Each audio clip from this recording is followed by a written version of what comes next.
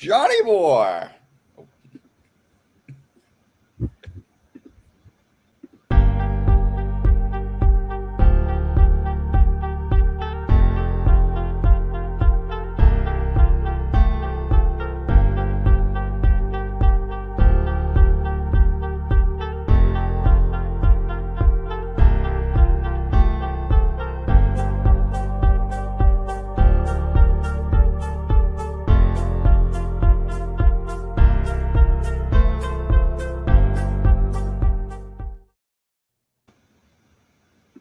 What is up, everyone? Happy Football Friday.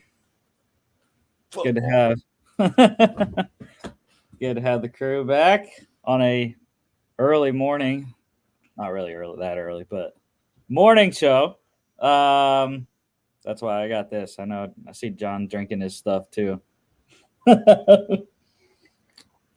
But yeah, pretty fun show today. We got UFL Week 4 transfer portals kicked off. The April window is rolling. There's a bunch of injuries to note in the UFL as well, and then we'll get to the 10-team 3-round mock that we're going to do for picks 14 through 24, excluding Jimmy's Vikings because we already did them. I don't think there's any really breaking news to speak about. Actually, I'm going to talk about the 5 players that were reinstated by the NFL yesterday, coming off their 1-year suspensions for gambling policy violations. Really not a lot of big name players. 2 guys, though, that I wanted to mention: Commanders defensive end Shaka Toney and former Lions wide receiver Quintez Cephas. Shaka Toney, the only guy that was not released of those 5 players. Everyone else got cut from their teams respectively. Again, not really big name guys, so they might have been released anyways based off roster cuts in training camp. But yeah, those guys, those other 4, including Cephas, they're looking for work now, as they're eligible to be added to rosters once again. But yeah, it's kind of funny though that the NFL reinstated those guys. It was the day after Jontre Porter's lifelong ban in the NBA. Can't hear you, John. John, come on. Where are your subtitles? All right, I'll interpret. Gambling bad. Gambling bad. Do not gamble. Gamble bad. You gotta turn that mic on, man. Well, we'll get John's thoughts whenever he gets his mic going. Feel free to interrupt us, John. Don't. Once your mic works, just start talking. He's having some mic issues, so. Let's go to the transfer portal in college football here. A lot of movement. Not a lot of big names, though, so far in this spring window. I think people kind of thought that there was going to be a big shift. It really hasn't happened yet. Of course, there are a lot of players that I think are big names. Do you got us, John? No, we don't. Damn it. That's unfortunate. Louisville running back Penny Boone has re-entered the portal. So has his semi-Louisville teammate, offensive tackle Ruben Unije. Boone coming from Toledo, Unije coming from Houston. Those 2 players coming into Louisville for the spring. Guess they didn't like it. They're back in the portal. Both players really good. Boone, especially, all MAC at Toledo. Very, very good player. And Unije is a guy I looked at last year, watched some film on him, saw him play at Houston. He was the right tackle to Patrick Paul's left tackle, I believe. Could be wrong, but John needed to get his computer restarted. Apparently, that's why it wasn't. That's working. rough, man. We'll see. But yeah, very excited for Penny Boone. My two teams don't really need running backs though, so not really looking at him, but interested to see where both those guys go nonetheless. New Mexico State tight end Eli Stowers. He has a visit scheduled with Vanderbilt, or he has visited with Vandy. Interesting prospect there, former quarterback coming into NMSU and switched to tight end, 300 yards receiving last year and 100 rushing. So kind of Taysom Hill player there.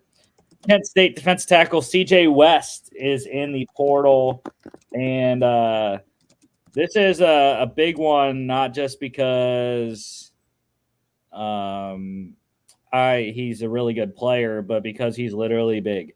6'2", 315. Not massive, but he's a good size for a 4-3 defensive tackle. Can probably play some 3 tech. Interested to watch where he goes. Georgia. Just saying. We can always use some D-line. Miami quarterback Ja'Cory Brown is in the portal. He started one game, I think, last year. Had a pretty good run there, but he is looking for a home. So is Utah State quarterback Cooper Legis. He started multiple games last season. Had one, I don't remember who it was against, but I remember he had a really awesome 5 touchdown or 4 touchdown game down the stretch there for the Aggies. Arizona defense tackle Bill Norton is in the portal. That's a big presence, nose guard type prospect. Penn State wide receiver Keandre Lambert-Smith also officially entered the portal. He visited with Auburn, so Lambert-Smith looking possibly SEC. Georgia, why not? We can always use receivers. But yeah, it's very sad to lose him for Penn State. It's bleak.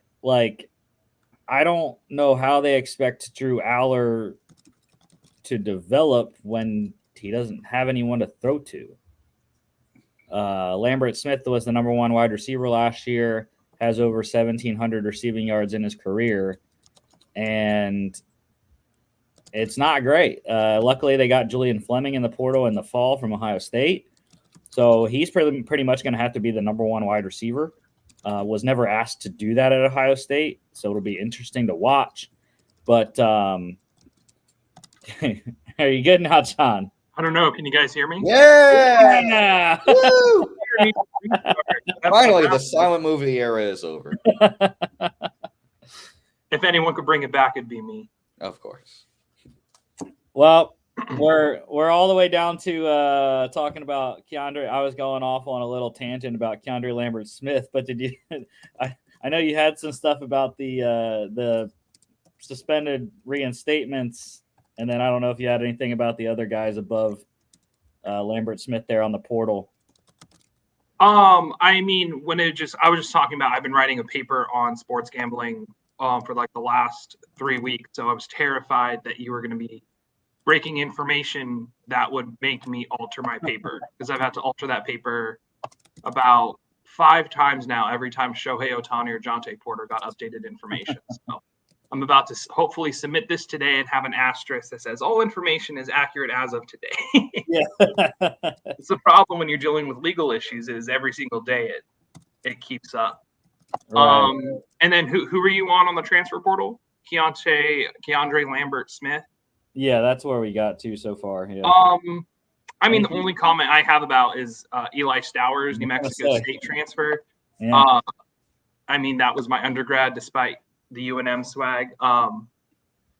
He is. I mean, it's not surprising. He's visiting Vanderbilt. Basically, all of last year's New Mexico State team is either playing or coaching there. So I would anticipate he follows. It's basically New Mexico State East. They're still going to blast in the SEC, but they'll come first in academics. Yeah, I mean, interesting. I keep saying he's an intriguing prospect. Just Taysom Hill type player with quarterback background, ran for over 100 yards last year, had like 300, 400 receiving yards as well. So, yeah, I would not anticipate him. Taysom Hill's a good comp, I would say, in terms of how they play him. I would not anticipate him transferring to go be a starting quarterback somewhere. They want him to play tight end. Have a few plays in there where he can just get the ball in his hand and run. Yeah, but back to the Keandre Lambert-Smith thing. Like I said, it's really tough. They're going to have to ask a lot of young players at Penn State to step up unless they can find someone in the portal. But again, like I said, this April window so far really hasn't been star-studded, especially wide receiver. I haven't seen any notable wide receivers enter the portal.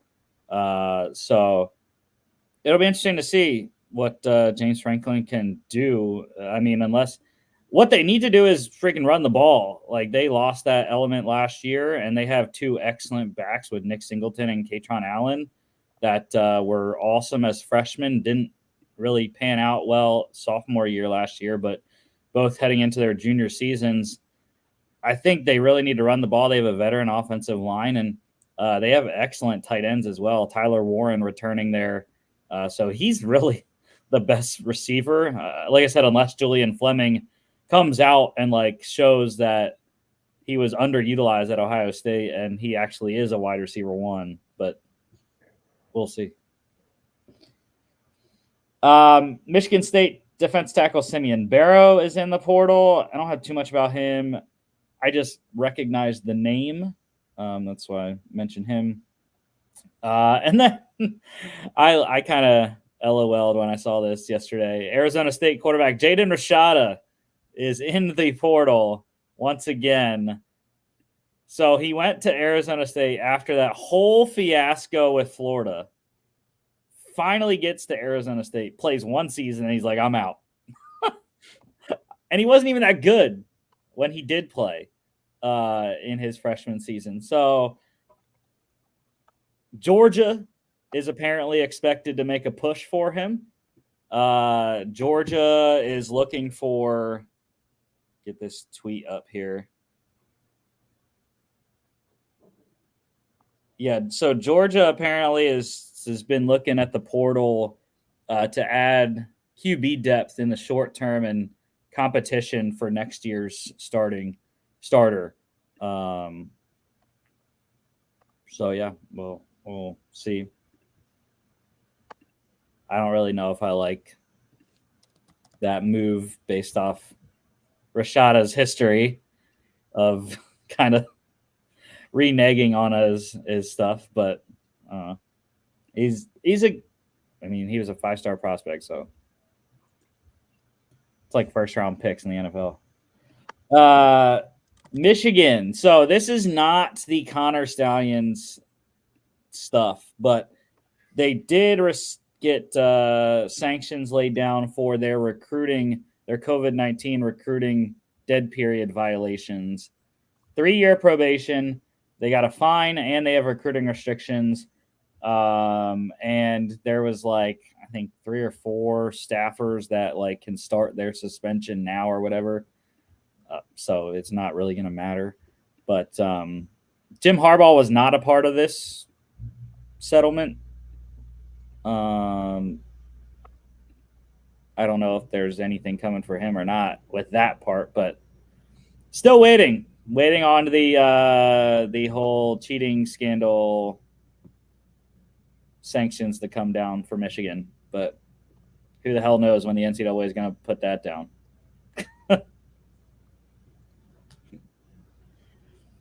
All right, UFL news, injuries. I mentioned this is a big week injury-wise. The Brahmas quarterback Chase Garbers. He is out for possibly the season, multiple weeks at least, placed on IR. So that's a minimum of 5 weeks. Has a wrist injury, I think it was. So big news for San Antonio, and they are going to move forward with Quentin Dormady as their quarterback, at least this week. He was the former starter for the Orlando Guardians last season. Had a 6-touchdown performance 1 week in week 7, and then comes back in week 9 and puts up 45 yards. So very inconsistent quarterback, but we'll see what he can do in his first start of the season this weekend. The Defenders losing an offensive piece. They placed tight end Briley Moore McKinney on IR. He's got a knee injury, had a knee scope. Not expected to be season-ending, though, so hopefully he's back by the end of the season there. And a couple signings to note. The Stallions, they will have a new kicker this week. They signed former Packers kicker Ramiz Ahmed. Chris Blewett has a quad injury, so not going to play this week, and it's going to be Ahmed kicking for Birmingham. The Brahmas, they signed former Renegades running back Morgan Ellison. Awesome year with the Seattle Sea Dragons last year. Was unsigned, was with Arlington and camp, got cut, now joins San Antonio. And I'm not sure if he's active this week or not. I haven't got the depth chart for that game yet. Guy that will be active, the Defenders. They re-signed running back Zaquandre White. So they initially signed him in camp, cut him. Former Stallions running back as well.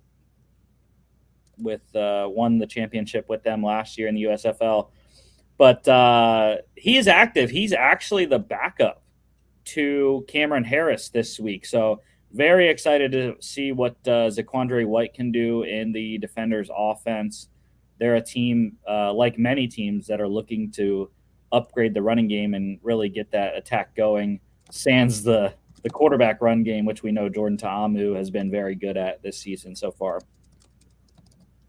And another signing for the Brahmas, they signed former Colts offensive tackle Julian Davenport. So big name signing.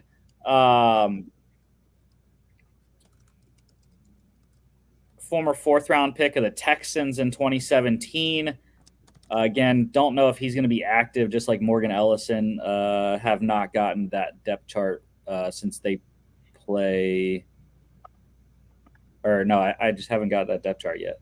Yeah, they're one of 3 games on Saturday. Very interesting schedule this weekend for the UFL. All right, moving into NFL news. Bills linebacker Christian Kirksey has retired. So pretty solid career. I didn't write down all the stats like I usually do for when we do retirements, but that's because I know Kirks doesn't have the best stats, but he was a great tackler, especially, I remember him most with the Browns. I think that's where he was probably at his best, but yeah, congrats on a good career, Christian Kirksey. I pulled up his stats real quick. I mean, 8 years. What are we looking at? 16 and a half career sacks. Total of 778 tackles, including 487 solo. Mm-hmm. I mean, he never made like a Pro Bowl or like an All-Pro or anything, but he was the definition of just plug-and-play linebacker, did his job, didn't make mistakes that made you hate him. Just consistent veteran, consistent player. Never stood out for a good or bad reason. Just did his job. Yeah. Yeah. It's the best way to describe it, really. I know we it's a little bit above what we use way too often on the show of serviceable. Yeah. The Dolphins doing some business. They picked up the 5th-year options for wide receiver Jalen Waddle and edge rusher Jalen Phillips. Very expected. Both players having excellent careers so far in their early days with Miami. Phillips obviously coming off the torn Achilles there So long road for him, but it's another show. It's another Steelers trade rumor in the wide receiver market. Apparently now, again, I'm getting all these Steelers trade rumors through CBS Sports. Hate CBS Sports. They suck, but why not put it on the show? Anyways, so they are apparently interested in 49ers wide receiver Brandon Ayuk. And this proposed trade that they had, I would be a big fan. I would love it. I'm not a big fan of Ayuk, but the trade here would be pretty good. So it would be Ayuk, the 49ers first and second round picks this year for the Steelers first, second, and third round picks. I would love that'd be awesome. If the Steelers can get that, I mean, I'm fine with moving back in the draft. That's cool. It'll work. It seems like kind of a lot. So the Steelers and the 49ers would swap first and seconds, and then the Steelers would give up a third for Ayuk. Which they have two of, yeah. That's not awful. I mean, I think you still retain a first and a second. You drop back about 10 spots. Mm-hmm. I think the biggest thing to look at is the Steelers in the first round pick at 20, right? So how many guys do they have first round grades on? Because you're not going to have 32 first round grades. So if they only have like 16 and all those first round grades are gone, then yeah, take the trade. But if there's still like a guy who's a tier above everyone else alive at 20, then that might be so that seems like a trade, like a wait and see draft day kind of, I do think that the Steelers, it's going to end up, the Steelers are going to trade for a veteran either draft night, if it's one of the bigger names, or day two, because again, I don't see T. Higgins going for a first round pick. So day two would be T. Higgins territory, I think.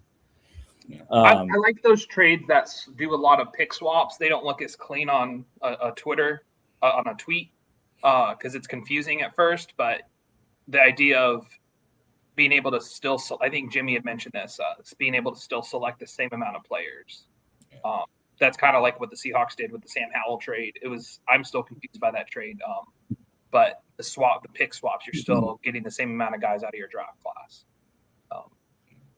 Yeah, and I think also where we and many other people project kind of who's going to be there at the back end of the first, I think it would work out well for the Steelers because where they're at right now, it's kind of iffy on where they're going to go in terms of wide receiver, corner, tackle. But I think when you get back to the 49ers at 31, it's like, all right, you're probably not going to get a top corner. So you're probably looking at tackle, wide receiver. But I would say tackle definitely would be number one if you're going down to 31. Yeah, I think Brian Thomas. Go ahead, Jimmy. Brian Thomas probably wouldn't be. I'd say like Morgan from Arizona makes a ton of sense at 31. And that's exactly who I was thinking. I was thinking if you move back, I think if you move back, you put yourself out of position to get a guy like JPJ, which could make some sense for the Steelers. But still, you can still bolster that line at 31. Or if you want, you could take 31 and the second round pick you get from 49ers, move back up a couple spots and still get a guy. Let's say you move up with ahead of the Bills to get Brian Thomas. Move up with the Bills, move up with Arizona in the late first round. If you still have a first round pick at the end of first, you can move up with a team like Arizona, Tampa Bay at 26, Packers at 25. Those are teams you can move up with. So I mean, you can move from 20 to 31 and then somehow move back up to 25. That's still well, then that leaves the question why not just stick at 20 if you don't take the trade? Take Brian Thomas at 20. And I think it's probably because Brandon Ayuk is a known quantity. We've seen how he plays. Brian Thomas, as much as I like him, you still don't know. And you look at Ayuk, he's 26. Okay, he might be entering his prime. He got his prime years coming into to your team. and you still get a first round pick at 31 that you could stick and pick or move up with. The problem with, sticking at Brian Thomas at 20, 21, it's like, okay, you still have other holes to fill, and you've taken not a top flight wide receiver, but a wide receiver of decent upside, but you just don't know. And if you're looking at a pure value standpoint, I personally would take, Brandon Ayuk and Morgan at 31 over just Brian Thomas at 21. Yeah. I think as a value standpoint, that just seems far more valuable to the Steelers. That's a good point. Rusty, do you know off the top of your head, I know you're a Steelers fan, what the cap situation is for them? Because I always consider, because what you bring up, Jimmy, is Ayuk is a known quantity. You never know all these rookies, as much as we talk about them, how they're going to jump to the league. A lot of guys aren't able to make it. But you also have to consider the amount of money Ayuk. You're not just trading for him, you're trading for him and you're giving him a big contract. Yeah, I mean, in my head, I had it about right on what Spot Track has it at 11.1 million available. So that's decent. They could work the contract to make it fit in this year. So there's always ways to manipulate the cap, spread the hit out. Yeah. Just put more in the signing bonus. And because they don't have the quarterbacks next year, like they have 96 million next year. Oh, yeah. Currently. But that's, I don't remember if they have to sign anyone else to extensions currently. But all right. The Patriots.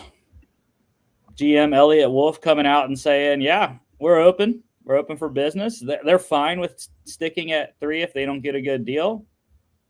So, Jimmy, are you going to call Quessy or what? Drake May, it's time! Yes! God, I hope so. I'm all in on Drake May season. Yeah, I mean, I think it's fine. I think the Patriots are going to stick. It just makes too much sense with the class next year, even though you can get the picks that you would need to be able to vastly improve your franchise. I just don't know if this is the year to do that.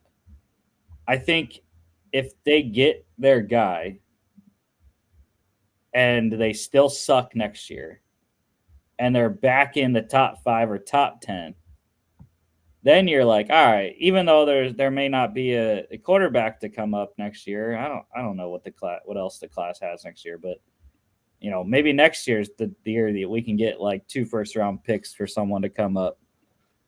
I don't know. I'm with you, Rusty. I think it makes sense to grab your quarterback now if they view Drake May as the guy.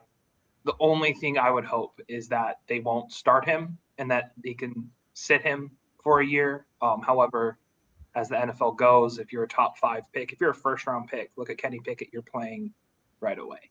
So just in terms of making the adjustment, if Drake May's, if he goes to New England at 3, he's arguably in the worst position of the other rookie quarterbacks, considering how rough that roster looks. I would just hope that doesn't shake him completely, and that he could grow from after that first year.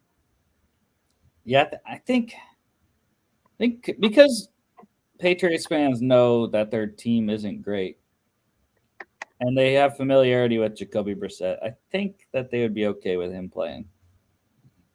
With Brissett playing? Yeah. Yeah. I would hope so. Brissett, I'm always team Jacoby Brissett. I think he's very underrated. All right, how about the Lions? Lions new unis. And I was very confused on the blue and the white ones because I was like, aren't these the same uniforms? Dude, they lightened up the names and numbers. They went from silver to white. Wow. Okay. Love it. It looks more like the Barry Sanders jerseys. Come on. What I was really in, I was all in on the black, dude. These, really? I like the black. Oh, I'm not a fan. these black jerseys are fire. No way. I am Oh not my a goodness, fan. that is sexy. I Plus, usually think teams do way too many black uniforms, and I'm usually not a fan. But these Lions ones, these are clean. bro, They plus look, you they look add like a high school uniform. dude, you add the Honolulu blue helmet. The was gonna Honolulu say, blue pull up doesn't this- make pull up- sense for them. Pull up that side photo to the bottom right. This one, Yeah, look how clean that looks with the helmet. Yeah, the black lion. Oh, I heard Dan Campbell had been pushing for these, and they gave it to him and the team as a reward for winning the North. yeah, So- yeah. Last year at the draft, they were in the war room, and Coach Campbell asked President Rod Wood, he's like, "When can we get black jerseys back?" He said, "When you win the division." And well, he's like, "All right, we got it." He should have made the bet go win the Super Bowl. Maybe that would have pushed them have a better second half in the championship game. Rip. We love the Lions. I'm hoping for great success. But yeah, I'm in on the. I wonder if my brother-in-law is going to get a black one this year. I don't think he needs a new Lions jersey. A couple signings here, free agency. Running backs going off the board. Cowboys, they signed Rams running back Royce Freeman to a 1-year deal. Not going to preclude them from drafting one in the next week. And the Chargers signed Ravens running back J.K. Dobbins on a 1-year deal. I'm excited. I'm excited about J.K. I was talking to someone the other day. I was like, dude, just wrap him in bubble wrap till week 1. Don't let him on the field. I joked with Rusty. I was like, what's more valuable to the Chargers? 2 weeks of JK before his inevitable injury or 17 weeks of slow-ass Austin Eckler? But the thing is like, all right, he's set up well. Like the Chargers have a good O-line. Jim's going to want to run the ball. And he's back with his teammate and Gus Edwards and back with Greg Roman as well as offensive coordinator, which he had all that success with in Baltimore as well. 5.8 career yards per carry. If he can just stay on the field. He's so fun to watch. Awesome. He's just I hate it for those guys who are always hurt, you know. But the best ability is the availability. So, but again, maybe this is what he needs. He needs to go somewhere different. Maybe the West Coast air will heal him. It's not tuberculosis, Rusty.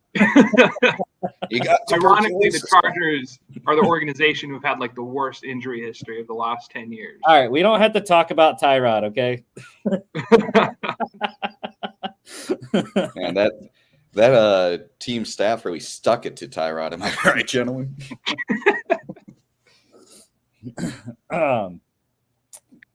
The Browns getting some O-line help before the draft here, signing Bills offensive lineman Jermaine Ifedi. Versatile player there, play tackle guard. And the Packers signed Titans offensive tackle Andre Dillard as well. So was horrendous with Tennessee last year. We'll see if he can help the Packers out.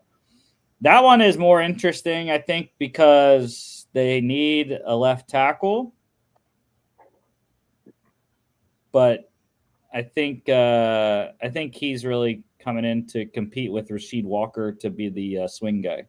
I feel like all the signings this time of year are all just hedges by GMs to make sure that they don't to get themselves in a position for the draft where they're not forced to draft for need. Mm-hmm. So, as you mentioned earlier, all these running back signings or tackle lineman signings should not preclude them from taking anyone in the draft. Even workouts nowadays, it's like, okay, let's see how they are now. And then after the draft, once I forget the date that hits when the compensatory picks no longer are factored in with signings, will help them determine if they have a hole or they need to bring someone else in after the draft. So that's when OBJ is getting signed. That's when Odell's getting signed, is after the compensatory pick formula date. I do think though the Chargers won the running backs. I think they're pretty set. I don't think they're going to draft the back because they have J.K., they have Gus, they have Spiller still. I could very easily see them go take Blake Corum, reunite him with Harbaugh. Jesus. I'm not high on Blake. He doesn't have long run speed, which is a problem. But great 1 yard short line back, but that's what Gus does. So the bus. All right, UFL pick standings. How the tides have turned, Jimmy. Yes! How the tides have turned. Got it. I'm figuring it out. Yeah, so I was not good last week. 2-2 for me. I still don't think anyone has hit a lone wolf. It's tough for me to recall because I'm not tracking them like I do our NFL and our college picks in the fall.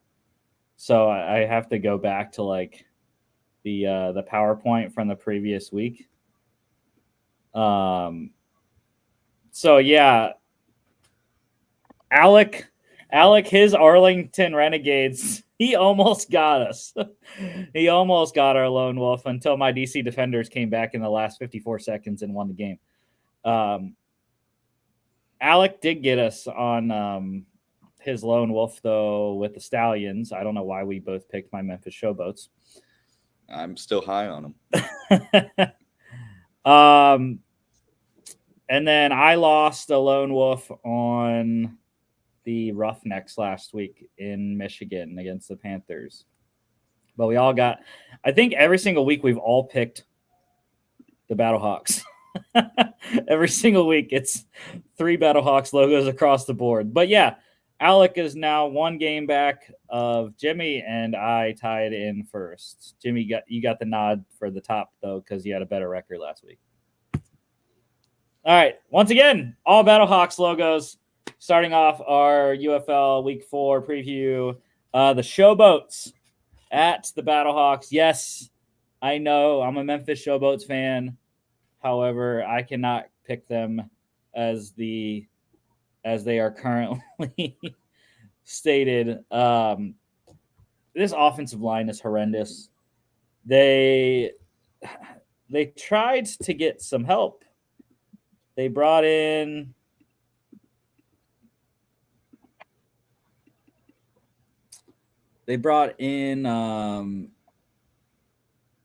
Marcus Tatum. They have switched some stuff around. Jordan McCray now goes from a backup guard. He is now a starter. But they haven't really changed much otherwise.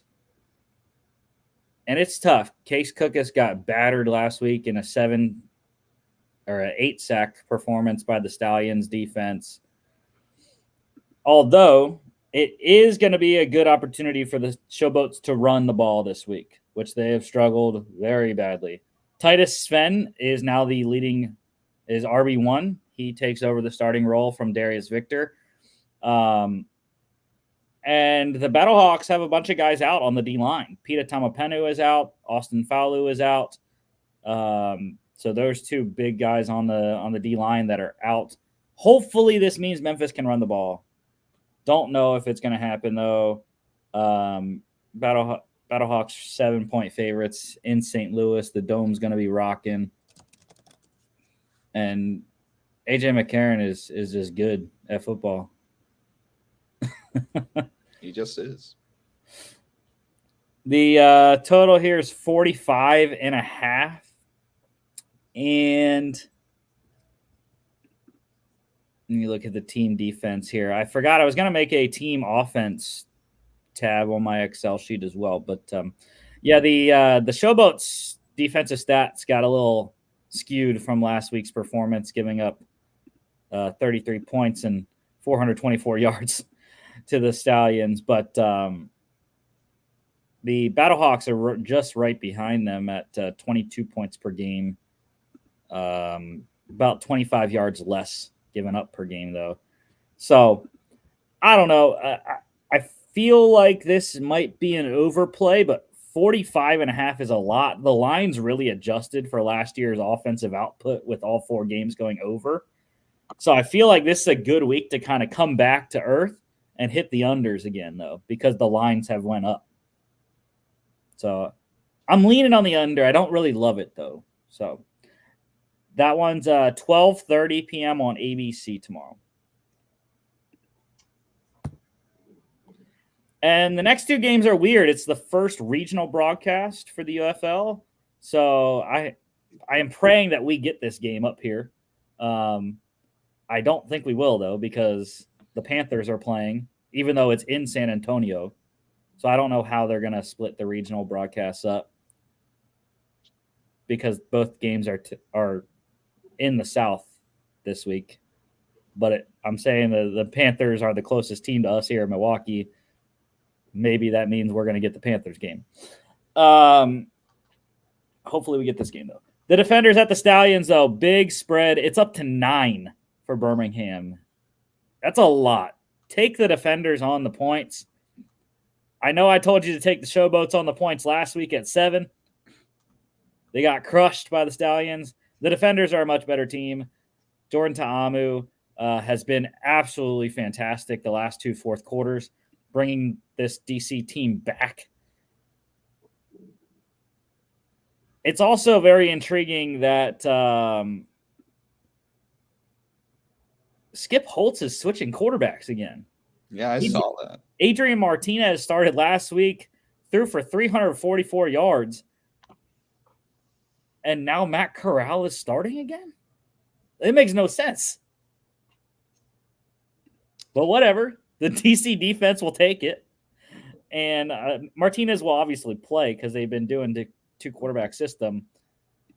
But that's fine. Hopefully Corral gives one up to the DC defense early and forgot to play the siren here for Alec.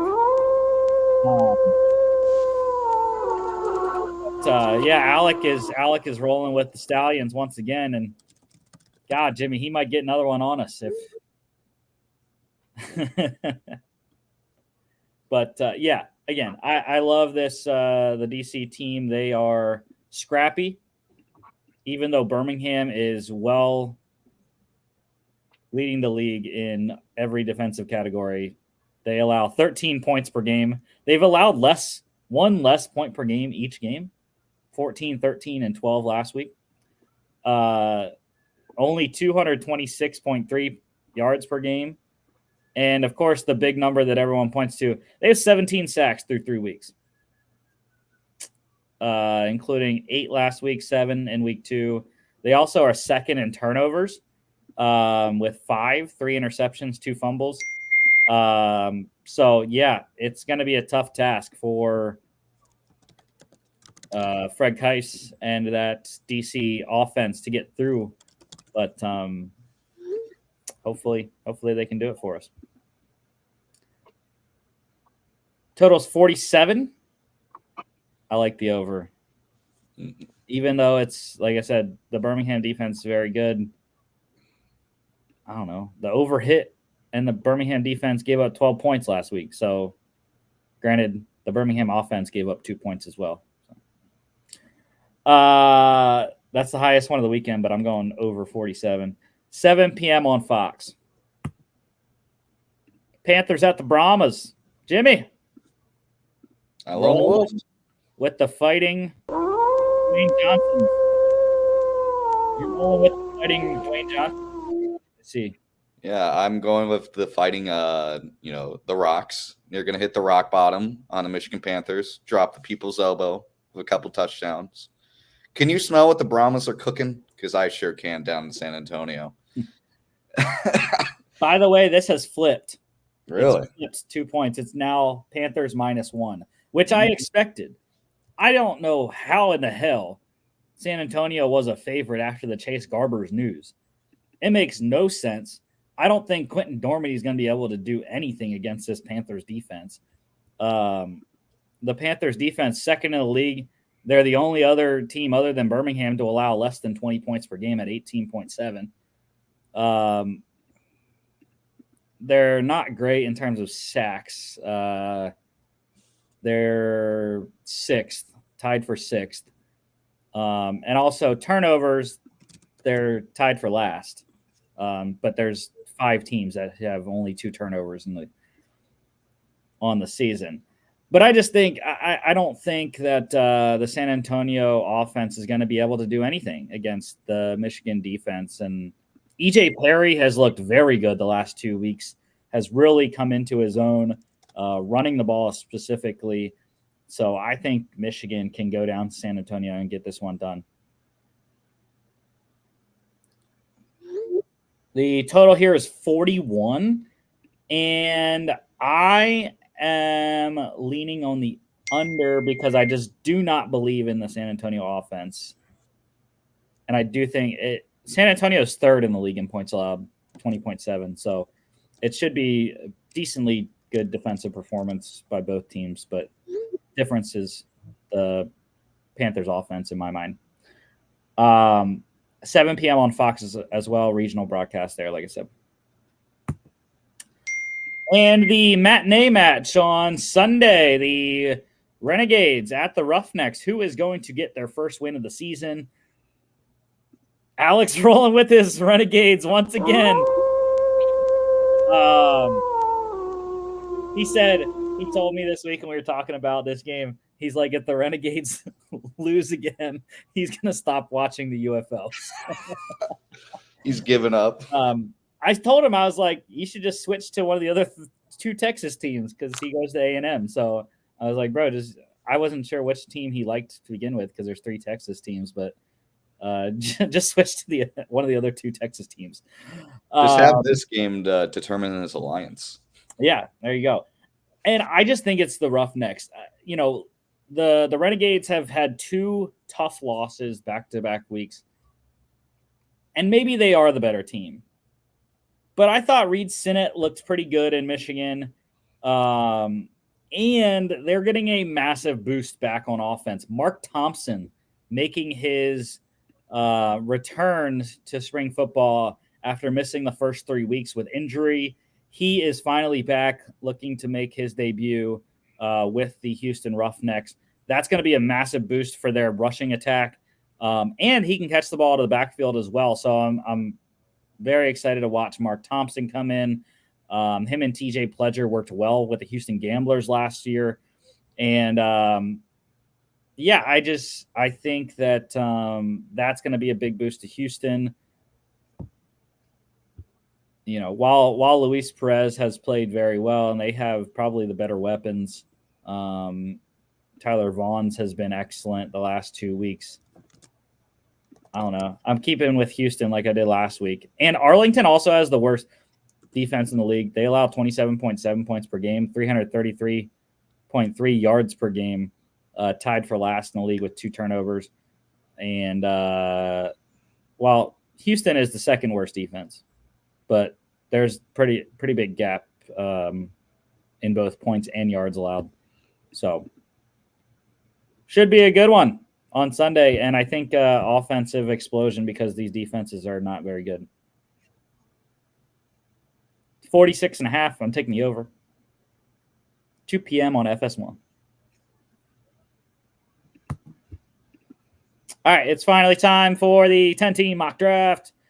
We got the Saints, the Colts, John Seahawks, the Jags, the Bengals, the Rams, my Steelers, the Dolphins, my Eagles, and the Cowboys.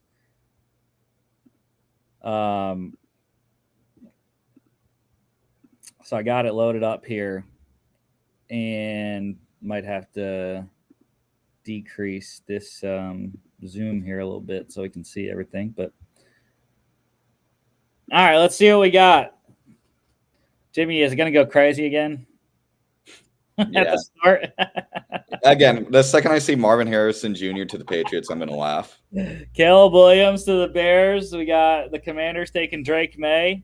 Marvin Harrison Jr. Marvin Harrison to the Patriots. Cardinals go Malik Neighbors. Chargers go Roma Dunze. This is how it ended up last week. Joe Alt to the Giants. Titans go Brock Bowers.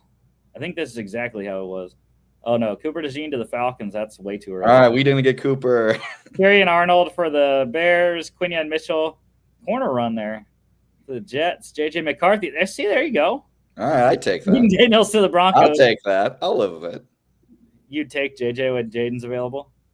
Yeah, honestly, I don't know how I feel between JJ and Daniels. I'm kind of mixed on. For me, it's Drake May, and then there's like JJ and Daniels. Then we got Dallas Turner to the Raiders here. So our first pick is with the Saints, and so what I got here on my updated list of needs, I updated these on Tuesday. So not a lot changed, but tackle. I got tackle, wide receiver, corner, edge, and linebacker as the Saints needs. I don't know. John, did you do your own needs? Or I know you have your big board, but I have my big board, and then I usually like to look at our lads to consider what needs there are. Mm-hmm. With the Saints, I think I'm on board with everything you've said, but I think tackle is the glaring hole. You can't run with Trevor Penning again, and then with the Ramczyk news that he's probably going to be missing this next year. I think it's tackle and then everything else. And looking at the board, there still appears to be a lot of guys available. Yeah, who could fit this. Yeah, I'm on board with Talise Fuaga, road grader in the run game. Probably has some work to do in the pass game, but I think Alvin Kamara would much appreciate Fuaga at left tackle. Yeah, I agree. I think Fuaga is the right pick here.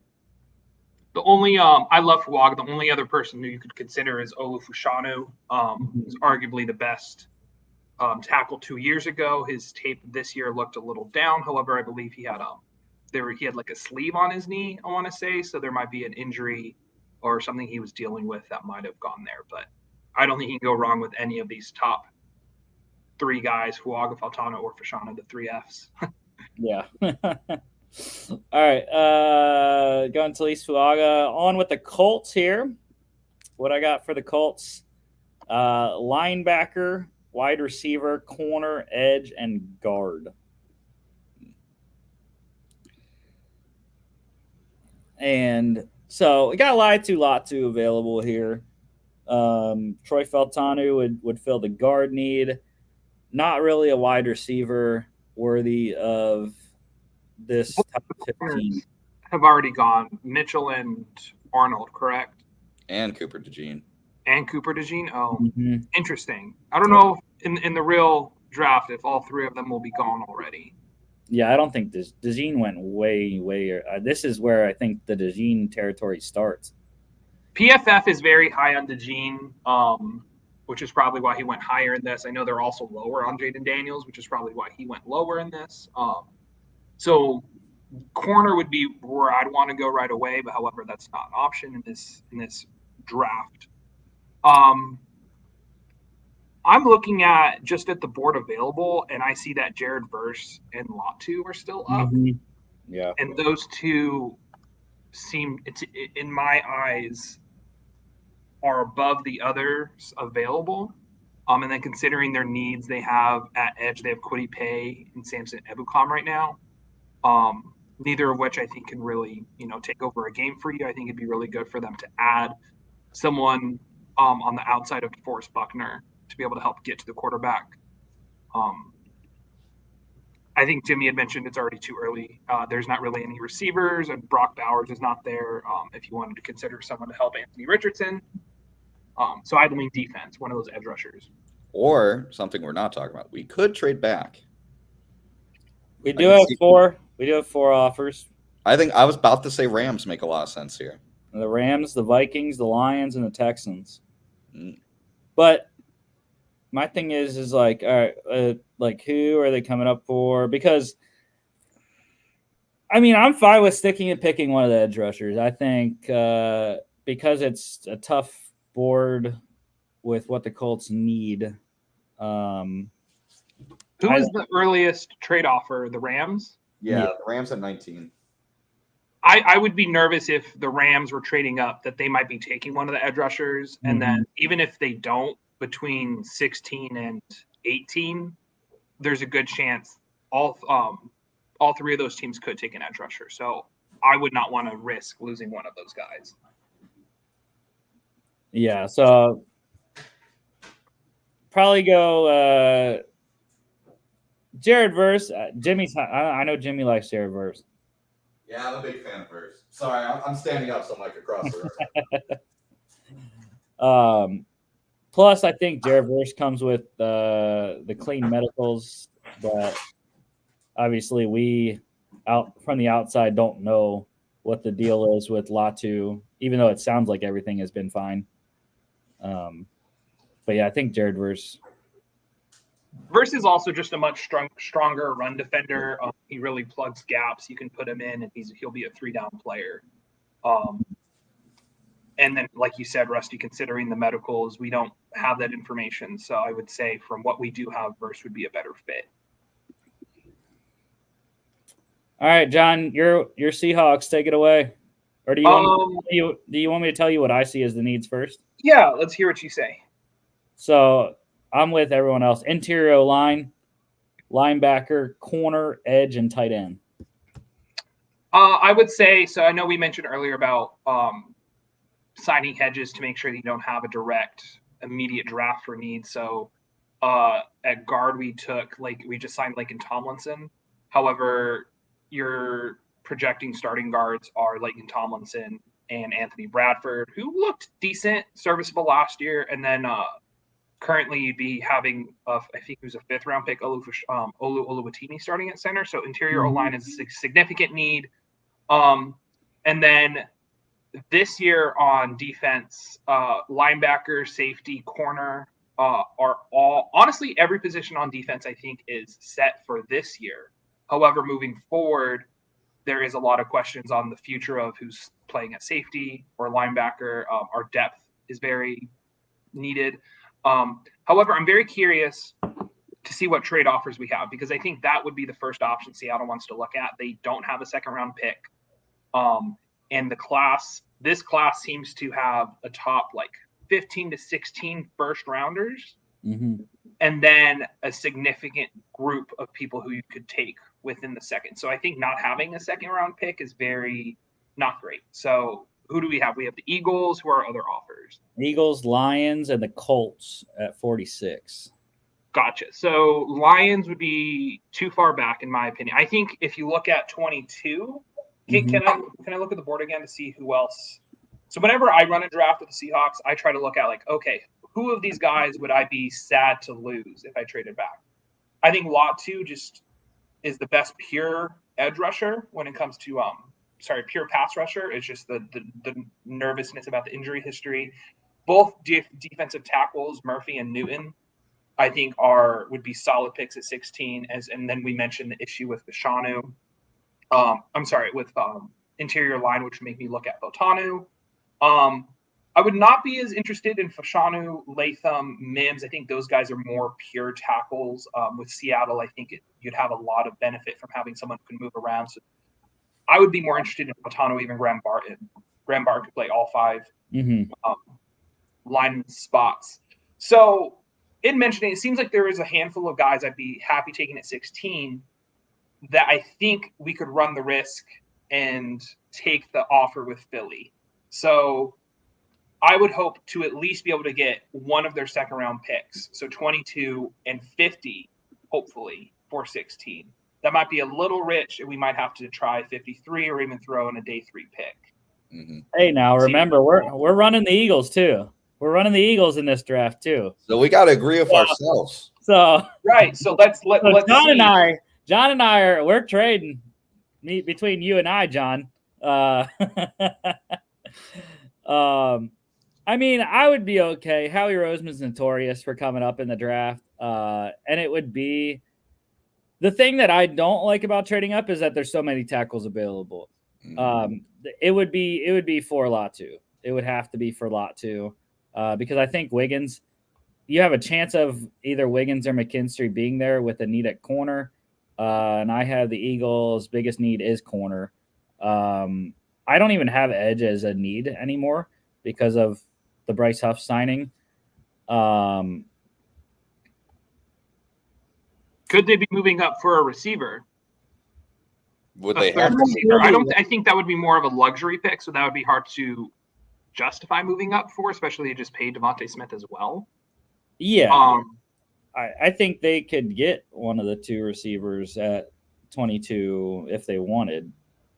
But I mean, I would, though, move up for a corner just because of who's coming up. I know every time I do a mock draft and I stick with the Eagles at 22, it's always tough because you're looking at the Jags, Bengals maybe, but it's the Jags, the Rams, the Steelers, and the Dolphins all could take corners. So I think that would be probably coming up for Nate Wiggins would be the guy. So, I mean, I'm okay with doing it. Plus, the Eagles are fine. They have 2 second-round picks. So, sure. All appeased, John. I'm not giving you 50, though. I'm giving you 53. We'll take 53. 50% chance, Jimmy. How do you feel? I feel like I don't love it for the Eagles because as much as I do like getting Nate Wiggins for them, I really do think they can stick at 22 and still get Wiggins. But the thing about the draft is there's no such thing as a guarantee, and if you have the chance to get your guy, you have to take it.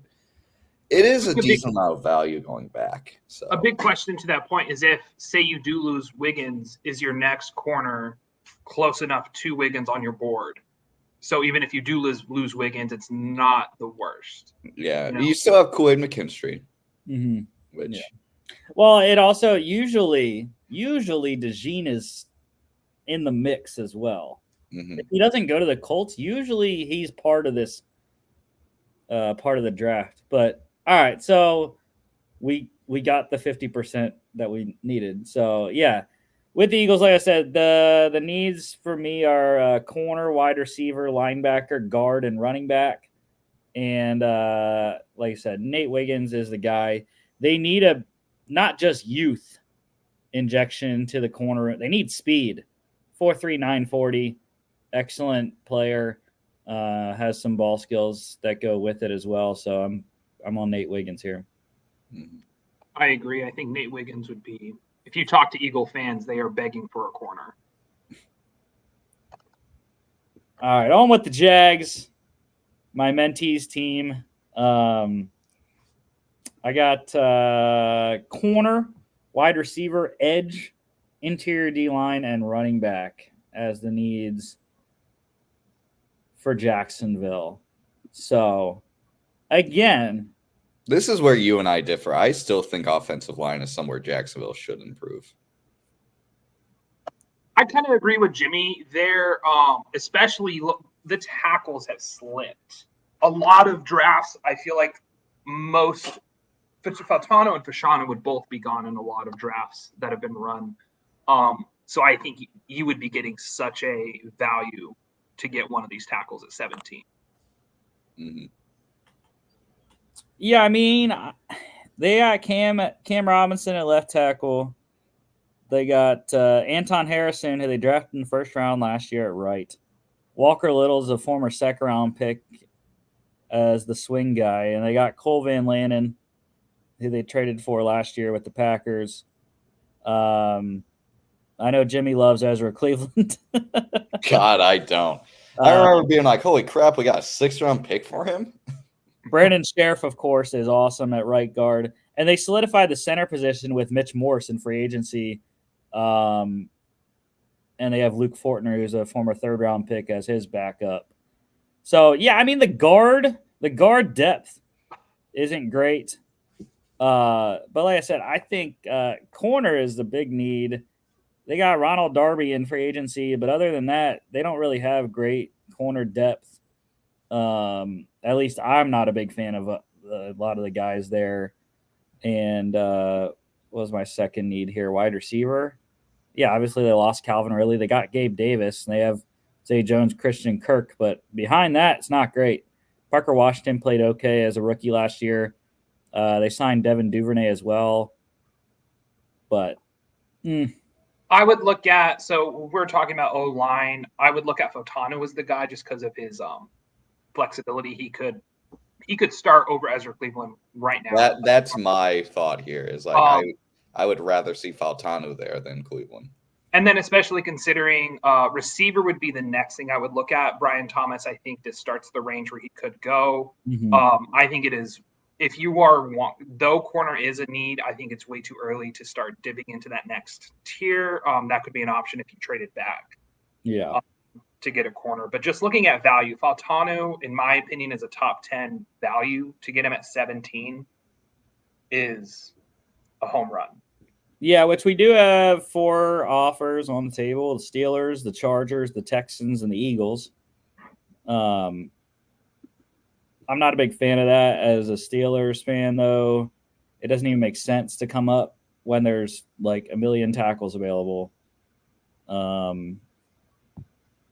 What are you moving ahead of the Bengals for? I don't know. I think the Bengals would take a tackle. I would, yeah. These teams might be wanting to move up to skip the Bengals at getting a tackle, but then the Jaguars would lose out at possibly getting a tackle. And if they feel comfortable about their own line, they could be doing that. But just considering the value with Altano, I see you flirting with that draft button. I would just run it up. Yeah, it's a 2-3 vote, you and Jimmy. So yeah, I win. Yes, no, I'm just kidding. All right. As a Seahawks fan, I'm distraught about this. I know. The Bengals here, unfortunately, Brock isn't available because the Bengals, I think I originally had tight end as their number 1, but then they signed, what's his face? Mike Gesicki, so it's lesser of a need. But yeah, I got one. It's so funny. All these teams, literally 16 or 17 to 21. I think I have all of their need number 1. Oh no, the Dolphins I don't. But yeah, the Jags through the Steelers, all their number 1 needs are corner, maybe. I don't know. Anyways, Eagles, Jags, and the Bengals and Steelers are corner. So Bengals, corner, wide receiver, tight end, tackle, QB3 is my needs for Bengals. Did you include defensive interior? No, they signed Sheldon Rankins in free agency. They got BJ Hill, J2 Fele, Zach Carter's 3rd-round pick a couple years ago.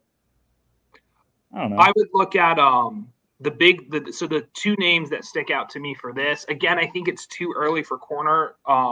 It's interesting because in this draft, I feel like this is a lot of the corners would still be available and would be heavily considered, as we're talking about with Jacksonville, here also with Cincinnati. And I think it's a big reason why Philly ended up wanting to move up is because the corner run went so early.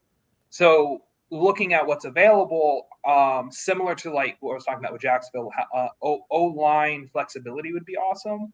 But looking at a lot of the top tackles here, I would say Graham Barton would be the one to talk about here if you wanted to go O-line route.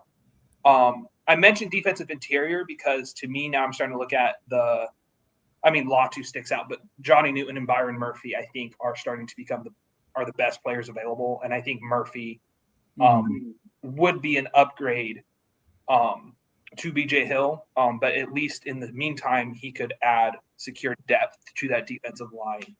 So you look at the Bengals, a lot of times their next big move to get further in the playoffs is they need to beat Mahomes or Josh Allen or Lamar, and being able to put as much pressure and close that pocket as quick as possible. I think you just want to start building up that defensive line, similar to like how the Jets and the Eagles have done in past years. Yeah. No, yeah. I think Murphy would be good. I don't know why when I was looking at it, I didn't really I was fine with that unit.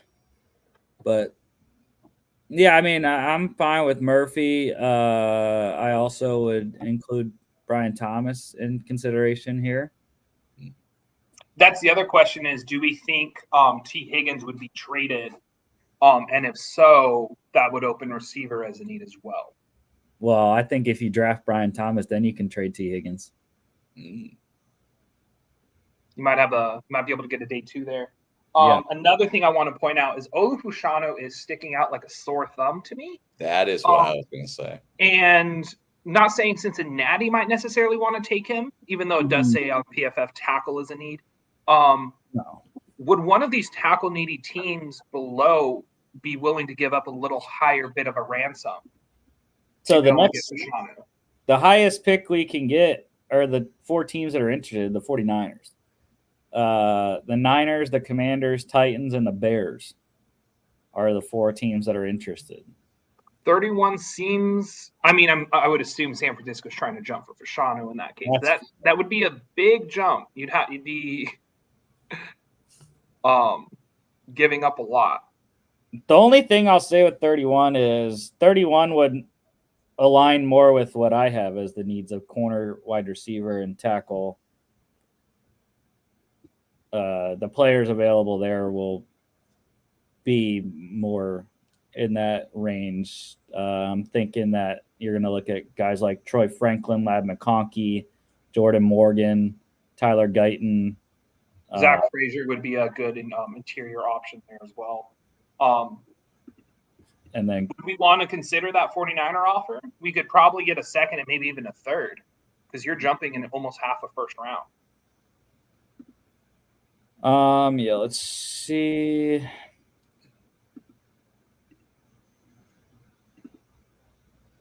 Yeah, I mean, they would have to trade their first 3 picks to jump up 13 spots. What if you grabbed 63 and a future second? 7% chance. We can get a future third to not hinder the 49ers so badly. But I mean, there's a 67% chance they accept first, second, and third for this pick. I would say the Bengals have the more leverage in this case because it would be swallowing a pill to lose out on Byron Murphy to drop this low, even though it does mirror the needs more at 31. So do you think future third though, instead of trying to take 94 for them, because the Bengals already have 1 second and 2 thirds this year, and next year they just have all their normal picks. So I think getting a future third makes more sense based off what we have this year, and then we'll have 2 thirds next year. We already have 2 thirds this year. Yeah, especially considering if you still might want to trade T. Higgins, you might be able to get an additional pick this year as well. Mm-hmm. If I'm the Bengals, I would take this, knowing you're losing out on Byron Murphy. All right. Dang, bro, we lost out on the 35% that it wouldn't be accepted. All right, we got 4 more attempts. Once it gets down to 1 attempt, then we'll force it. But all right, second attempt works. All right, they thought about it. So with San Francisco moving up for Fashanu? Let's see. We'll see what they do. It is. Yep. That makes sense. All right. Holy crap, dude. Look at the Rams.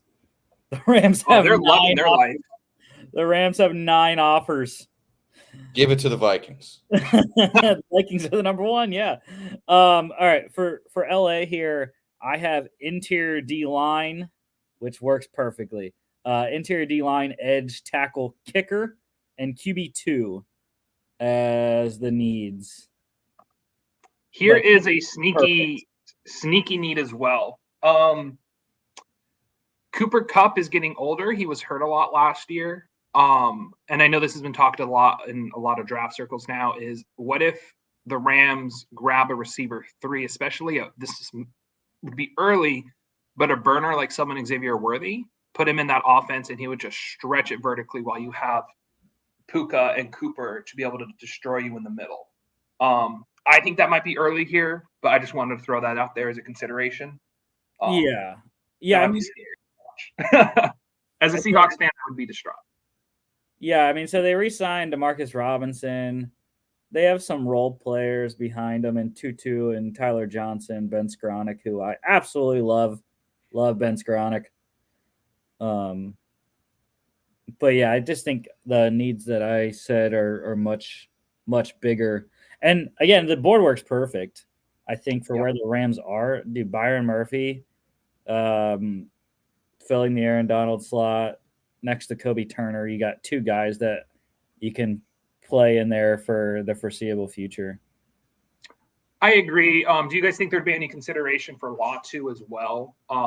Because of how well Kobe Turner played last year, would you want someone like Latu next to him on the edge? Yeah, I mean, edge is my second. Like I mean, edge is my second need. But it's second because of how well Byron Young played last year. And I don't like. I mean, really, they have like zero depth on the D line right now. Desjuan Johnson is the other starting D end right now. Your other linebacker is Michael Hoyt.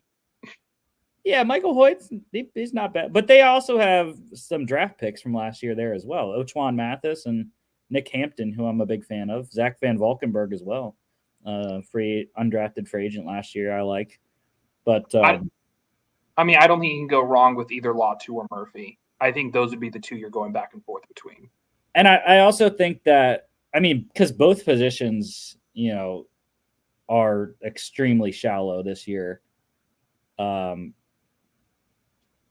But I just think Byron Murphy is, again, I think it comes out medicals. We don't know a lot to. We do know Byron Murphy's clean. So, yep. It's so disappointing because if Latu had clean medicals and we knew he had clean medicals, he could easily be, I'd say, even go 8 with Atlanta. I was gonna say top 10, yeah. I'm in on Byron Murphy. I'm good with Byron Murphy. Me too. I like Byron. All right, Steelers here. I got corner, corner, wide receiver, tackle, center, and edge as the needs. So, is this where we can do Kool-Aid? His ADP is 29, which is kind of crazy, but I think the Steelers are in a good spot with how this board has fallen. With the amount of tackles that are available, Graham Barton can play center, and then we have Adonai and Brian Thomas as the receiver. So, I mean, sky's the limit for this pick. What do you think, guys? I like JPJ here. I really think center's a need for Steelers. I like Kool-Aid. I like getting Joey Porter Jr. Good foil, but when you have a need and the best player at a position of need is still available in the first round, I think you jump at it. I like JPJ with the Steelers in this. I think Barton's actually the top-ranked center. I would put back on the JPJ. I love JPJ as well. I would still give the nod if you're wanting to go interior line to Graham Barton, just in terms of Graham Barton can play all 5 positions. JPJ is more so guard, center. I would like to throw out Amarius Mims here. I think he's a project. Rusty, do you know off the top of your head, he's played in 6 games last year for Georgia? Yeah, he's 8 career starts. 8 career starts. So definitely a project. But his frame is massive. And I could just see Mike Tomlin wanting to get his hands on this guy. And he could end up being the best tackle in this class. We just don't have that much information about him. So I would lean Amarius Mims as the pick here.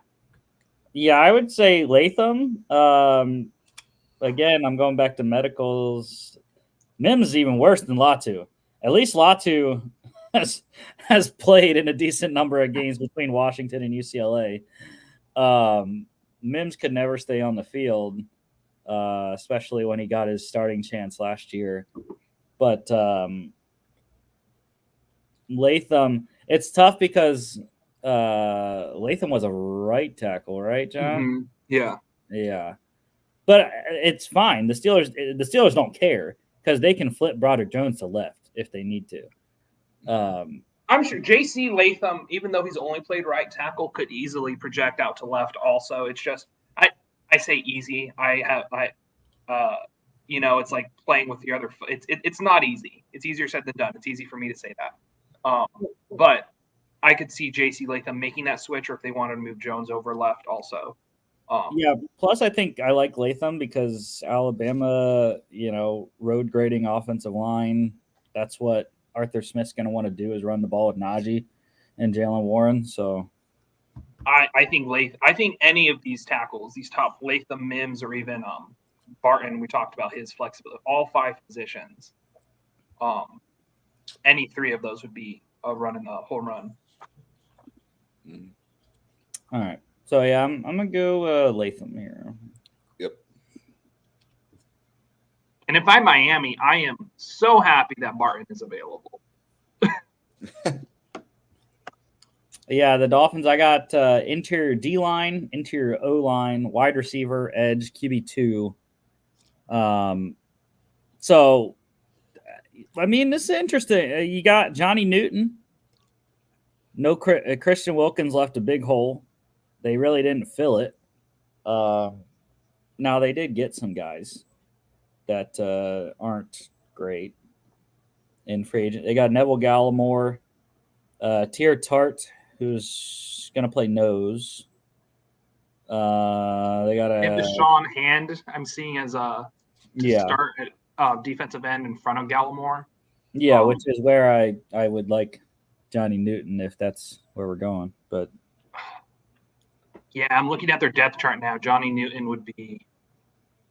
I think the question comes down to Miami does have a second-round pick, correct? Where do we think the class is deeper? Do we think it's deeper? Could they go grab an O-lineman in the second who could start, or do you think they could grab a defensive lineman in the second?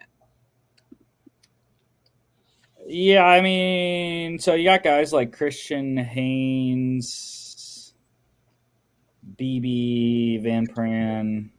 I think a lot of these guys you could plug and play, to be honest. Yeah, so they're looking at I guess guard. See, the center need isn't as bad with getting Brewer from the Titans. Right. You'd ideally want someone who could be in place of Wynn or Jones at guard. Yeah, I like Robert Jones. I'm not a big fan of Isaiah Wynn playing left guard, though.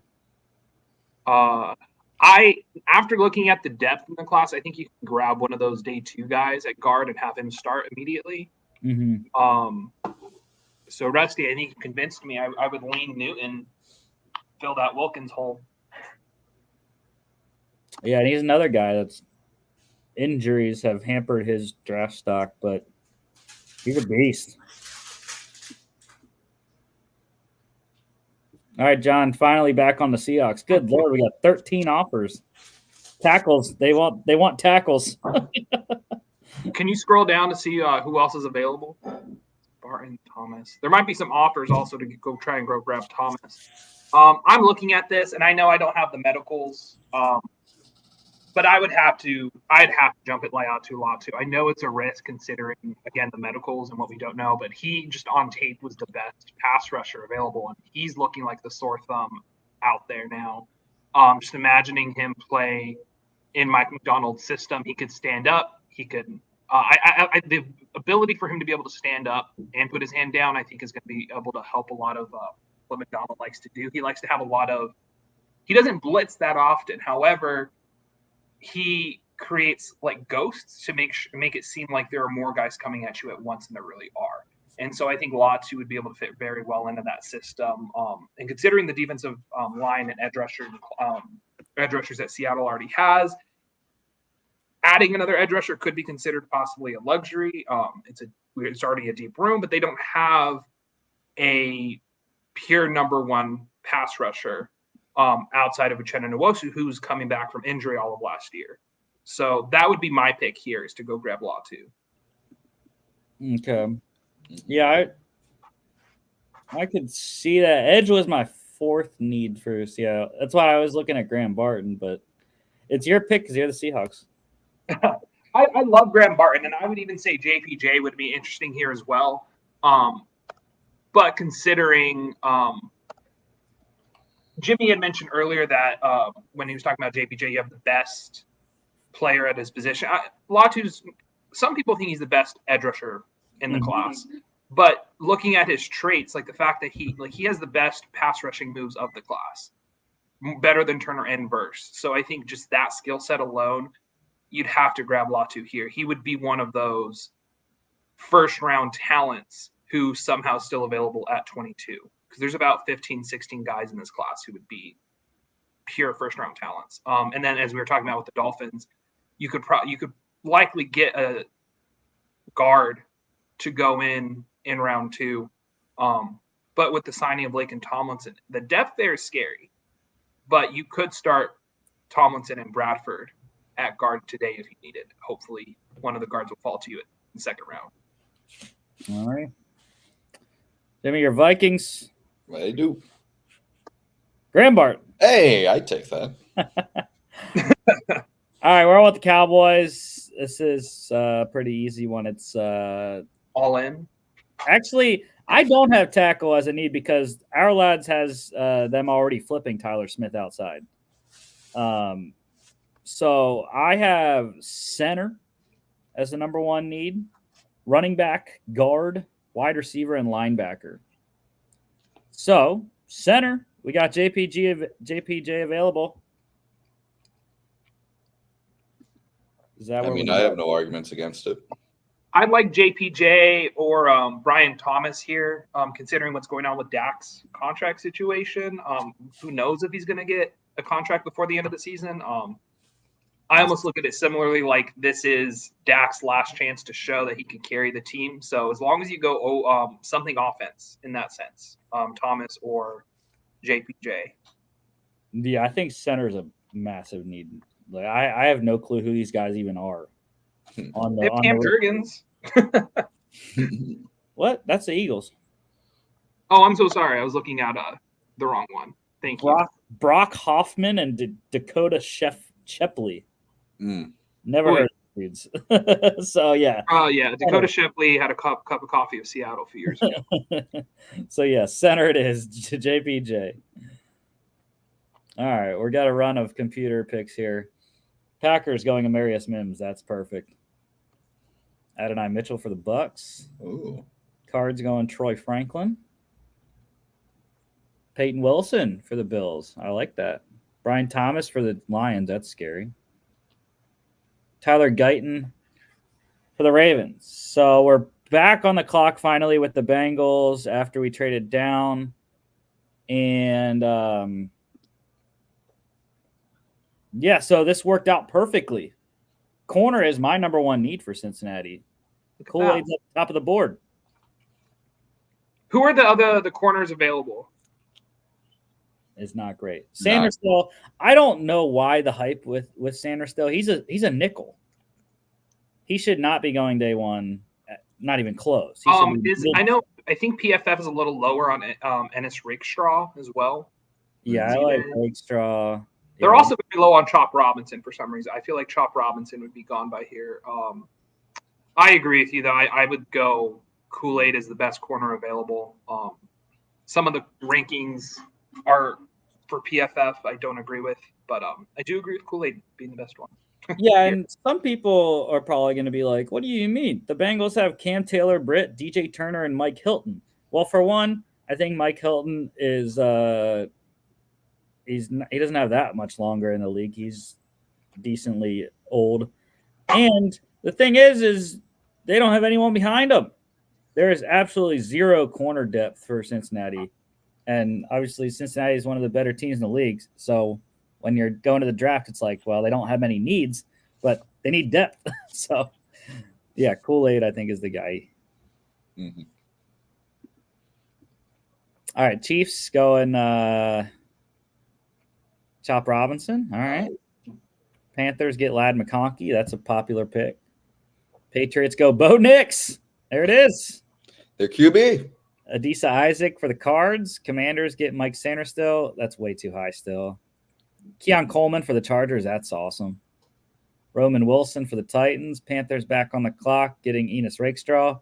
That's a home run for Carolina right there. Oh, yeah. No first-round picks and getting 2 pretty good talents. Zach Frazier for the Commanders. Jordan Morgan. Packers going back-to-back tackles. All right. Tyler Nubin for the Texans. Jalen Polk for the Falcons. Raiders getting Braden Fisk. Jalen Polk gets buckets. All right, so got the Saints again here, and we got Talise Fuaga in the first. So my next need for New Orleans is wide receiver. Wide receiver corner. TJ Tampa could be a guy. I've seen him in the first round. I think, what was that, Kuiper that had him in his latest stock? Kuiper loves Tampa. I want to throw something out there, see what you guys think. I haven't heard this really discussed anywhere. Derek Carr is not good. And he's I've heard that discussed somewhere. I like it. But Michael Penix, I know he's a lefty that throws people off. He has his own injury history. He could work on throwing through the middle, but a lot of people have a lot of bad taste after the Michigan game. I'm mentioning a lot of negatives. But Michael Penix is the best thrower of the ball in this class. And in the last 2 years, he's been injury-free and has had much success with University of Washington. So I think at 45, Penix could be a quarterback of the future, could sit behind Derek Carr until, game 2 because Derek Carr sucks. I would lean to Penix here, even though there are more pressing needs. It does say quarterback number 1. That's why I wouldn't go quarterback, is because this roster needs so much more. And I think when you're talking about a future quarterback, when you have a veteran starter, I think it's more of a luxury. Like, I think Penix is more of like a Rams kind of pick. Team with an established starter that can allow him to sit for multiple years. Penix doesn't need to sit. Penix could start day 1 if you need him to. He's had plenty of playing experience. I know. Well, that's the thing too. He's also older. I think he's 24. Also, considering the NFC South has been very winnable the last few years. I know Atlanta just grabbed Kirk Cousins, so they're probably the favorite. I think Penix would be an upgrade to Derek Carr. Well, I think you can help Derek Carr here. I think you can get a Ricky Pearsall, a Xavier Leggett. I think Xavier Leggett, actually, I would feel more comfortable with over Pearsall, maybe, just based off what the Saints have. But, I mean, either one, my second need for the Saints is wide receiver. So that's where I was looking at. Yeah. I mean, that's my vote is Penix. I think the value here is way too big. He could be a franchise quarterback for you, but your argument's very understandable. So, Jimmy, you're the deciding vote. The thing is, I don't disagree with John. I just don't realistically see the Saints doing this. I think the Saints saw what they did last year and they go, all right, we're a win or 2 away from winning this pretty meh division. The rest of your division didn't really make extreme strides to get, over the top and dominate the division, maybe other than the Buccaneers and re-signing Mike Evans and Baker Mayfield. But I do like Penix here, but at the same time, I don't think the Saints would. I think the Saints would rather tell themselves, all right, another year of Derek Carr in the system. Maybe he'll figure it out. We don't want to put this unnecessary pressure and or media spin on getting a guy that could start for us week 1. Right now, I don't see the Saints doing this. I think I have to agree with Rusty here. They would either go TJ Tampa or Ricky Pearsall and just try to improve the roster and try to win the division this year and not create a headache for, Carr and through the media. I'll throw one more last-ditch effort here, even though I think I'm losing. Full court shot. Here we go. Derek Carr can get out of that contract after the 25 season. I know that's 2 years from now, but that would open up a lot more cap space for them to be able to move forward with Penix. That's my last throw out there. I think I'm losing this battle, and the Giants at 47 will probably be very happy. I don't think they took a quarterback in round 1. But. No, they did not. Carson back to the Saints in 2025. Yeah, so I love your argument, I was but I'm going to have to decline. I was No, looking you know, shooters got to shoot, you know? Hey, I mean, I don't think it – honestly, I don't think it's wrong. I just don't see the Saints doing it. Yeah, so I was looking at it, and so Pearsall's 6'1", 190. Leggett, like I said, I think that's a guy like better. He's big, 6'3", 227. And you could have him opposite Olave, and then you have Rashid Shaheed in the slot. If the pick is receiver, I like what you're going with Leggett. His size in that receiver trio would be, I think, very helpful. All right, let's go Xavier Leggett. All right, the Colts here. What did we get with the Colts? Jared Verse. Yeah. We got Jared Verse. My number one need is linebacker, wide receiver, corner. I would go personally. I'd go either Pearsall or Tampa. I like Tampa here. I think he's the best corner available. I know we mentioned in the first round, like that would be a good spot to grab a first round corner. There just happened to be a run on him. Mm-hmm. But like with what Jimmy said, if they don't go corner, give Richardson another guy to throw to, and Pearsall would be that guy. Mm-hmm. My vote would be Tampa. Yep. Yeah. I think Tampa. I like. The only reason I put wide receiver over corner because the depth sucks in Indianapolis at wide receiver behind Pittman and Pearson Downs. But yeah, corner, they need outside corner. I mean, they're starting freaking Dallas Flowers right now. So yeah, I think you could still get a cornerback at 82 or trade up. Well, I think the difference between Tampa and the next round of corners, though, is more significant than this receiving class is deep. You're going to get some guys day 3 that can, especially if you're trying to get someone to be receiver 4 and add some depth. I think you can get that later on. Mm-hmm. Yeah, let's go TJ Tampa here. Giants, are they going to take Penix? This is where I would take him. Whoa. If I'm Seattle, I'm honestly hoping Penix slips to us. I'm not trading up because I don't have enough ammo, but just throwing that out there. Just want to say breaking news for the NCAA. They officially approved a 2-minute warning. So it'll be like the NFL. Second and fourth quarter, you got 2-minute warning.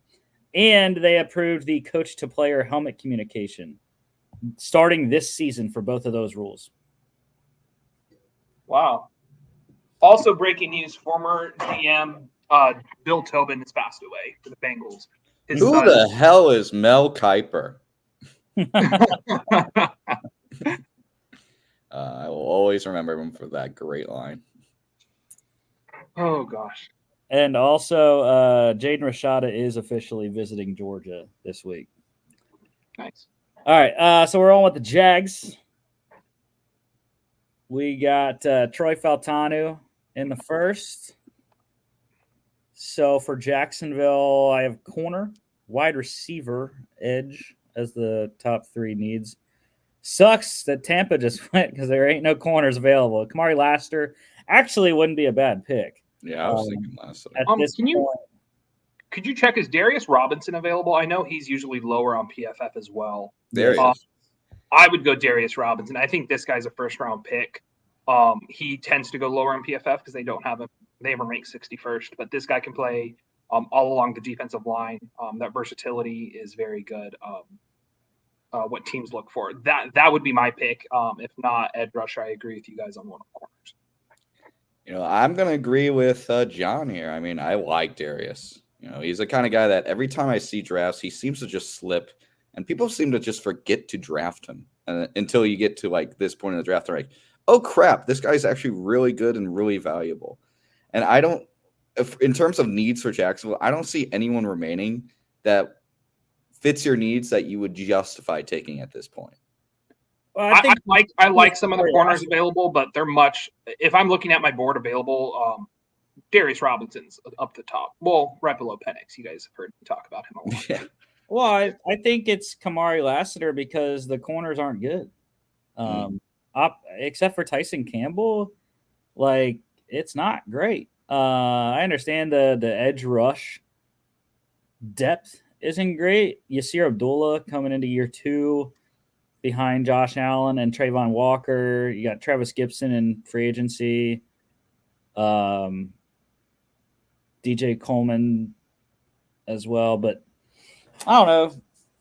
I mean, if you guys want Robinson, again, it's a majority vote. So I'd have a tough time not taking such a valuable player at this spot.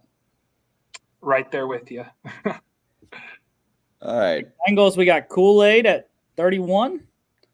And so I'm looking at wide receiver, tight end, tackle. We got a tight end. Jatavian Sanders here available. There's not really any wide receivers. Malachi Corley, which I know way higher than 80 ADP, he will go more than likely. Yeah, this is right where Malachi Corley's, if not earlier. Malachi Corley, he's the best receiver when it comes to Yak. And then tackle-wise, we got Kieran Amagaji available. I like JT here, though. JT Sanders is my pick.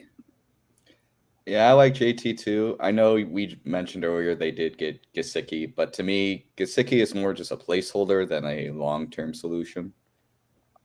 And I think Sanders can come in, learn under Gesicki, and then really start to shine once you move on from Mike. I think it's a little rich here for Sanders. I think you can grab a good tight end in day 3. I know I mentioned beefing up the defensive interior. I like Chris Jenkins a lot here.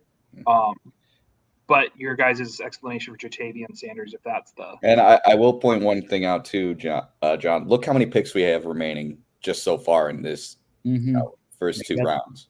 You could really beef up. Second and 2/3. Yeah, so Bengals are in a good spot where you can take JT and still have 3 more picks day 2. A very good point, yeah. All right. Michael Penix. The Eagles. So we traded up, got Nate Wiggins. So this is our last pick on day 2. So we got to make it count here. Wide receiver, linebacker, guard, running back are my needs. I think it's too early for the running back still. Well, and they don't need, running back is my 5th need for Philly because they need depth. I think they can upgrade Kenny Gainwell. Jonathan Brooks and these guys up here on day 2, definitely not because of Saquon being there.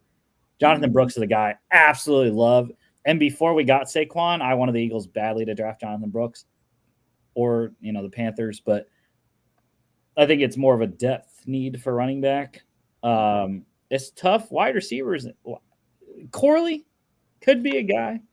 I was thinking Corley here would be very fascinating. I would say you go, I don't know. There's 3 different routes I want to think. I would think Corley in this offense with how vertical A.J. Brown and Devontae Smith, you throw Corley in the middle would be very exciting. I also think that's right where I'm going linebacker. I think this would start being very good value to get the top linebacker in the class. I don't think a single one is gone, whether that be your Edgerrin Cooper. Wilson. You're okay with Peyton Wilson's injury history?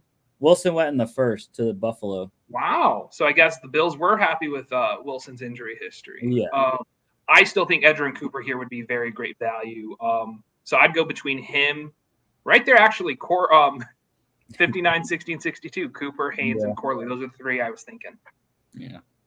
Yeah, I think Cooper makes more sense with the depth of the wide receiver class. The Eagles need off-ball help, so yeah. I agree. Get Cooper. Because after Cooper, I don't see a lot of eye-popping linebackers. There are some guys. There are some guys I like day 3, but obviously we're not drafting day 3 today. So, Pittsburgh here. We got J.C. Latham in the first, and now is where I like Corley. Right where I was thinking. He's the second need, wide receiver, second need for me. Corner actually is number 1. Obviously, we don't have corners available though. So before you run this pick in, actually, Kamari Lassiter is available. Can we see what that trade offer is? The Giants at 7. That's a far place. Way too Gotcha. far. I was thinking if Seattle was an option, Seattle might want to jump LA here to grab a. You guys know who I'm talking about. But Yeah, it's not an option, so I would run in Corley. Corley over Lassiter. That's which I do think. Like my first instinct was Corley. So yeah, I still think Corey's right here. Especially in this instance, there has not been any veteran trades. I don't know if we're running that in this hypo. Yeah. But if they haven't grabbed Ayuk by now, hell man, we could trade for T. Higgins. I don't think T. Higgins would be. The question is, do you think one, and if it was an option, would you be willing to trade pick 51 instead of grabbing Corley, trade it directly to San Francisco for Ayuk? Oh, easily. That's a 1-for-1, yeah. Easily. If I'm the Steelers, I would rather go that route, especially we talked about earlier the amount of money they have freed up next year with no quarterback. And you do have also 2 third-round picks this year. So let's say you offer, 51 and 98 to the 49ers for Ayuk. The only issue is the 49ers traded up, so they don't have capital at all. That's true. But it's fine. Like in that case, the 49ers would love to grab another second-round pick. They don't have this capital after trading up. Well, they're not accepting a second and a third. Well, they're not one of the options for the trade offer, so this might not be anything that will be accepted. Throw in a 5th of next year, see if that moves anything. No, I just put in a first for next year. It doesn't. I think that's how PFF works. Is if it's not the Giants, which was the offer, then you're not going to get any sniffing. But yeah, I mean, we can force this trade if we want. I would think that's I would think just 51 would be good. If you throw in a third also, then I think the 49ers would take that any day. Yeah. Another surprise, I know Ayuk is being thrown out there because he has contract concerns, is if they traded Debo to free up money. But I think just considering all the talk, I think Ayuk would be. I mean, I'm perfectly fine with doing just 51. It could work. Okay, who are the Niners coming up for? Michael Penix Jr. Javon Bullard. Interesting. All right. They do need a little more safety depth. I wouldn't be too. Who did San Francisco get in the first? They traded up for lineman, correct? Yes. I believe so. For Fashanu. Interesting. San Francisco grab Olu Fashanu and Javon Bullard. That would be a good pickup for. All right, so we got the Rams here. We got Byron Murphy in the first. And I got edge tackle as the next 2 needs. So it looks like Kieran Amagaji would probably be the guy. Chris Broswell or Jonah Ellis as well. I don't know. Which one y'all think? I thought we were going to go Penix here. I'm hoping not, but that would make a lot of sense if the Rams want to consider post Stafford. Yeah. I think Penix is a quarterback of the future, and grabbing him at 52 would be a home run, and I would be livid as a Seahawks fan. However, who do we have him grabbing in the first round? That was Byron Murphy, correct? Yeah. Yep. I think as we were talking about the edge rushing depth also, or who are the top guys available? I think my favorite around this area is Marshawn Nealand out of Western Michigan. I know he's a little lower on the PFF board, but this guy has the motor and length that would be able to. A lot of people have compared him to Jadeveon Clowney in terms of his length. and play style, I think that would be very good addition to beef up that defensive line. Yeah, I'm a big fan of Chris Braswell. He had a really good Senior Bowl, has a nice power rush move. But yeah, I mean, either one, I think. If I'm advocating for one individual, I'm grabbing Penix here at 52. Seems like that's where Jimmy's going too. Yeah, I still think getting Penix here is such a value pick for a team that, with a QB that, yes, he's won you a Super Bowl, but he's mid-30s. His injuries have started to pile up. I don't see more than 2-3 years of great production out of Stafford, but that perfectly lines up with getting a QB at this point in Penix to have him take over the reins.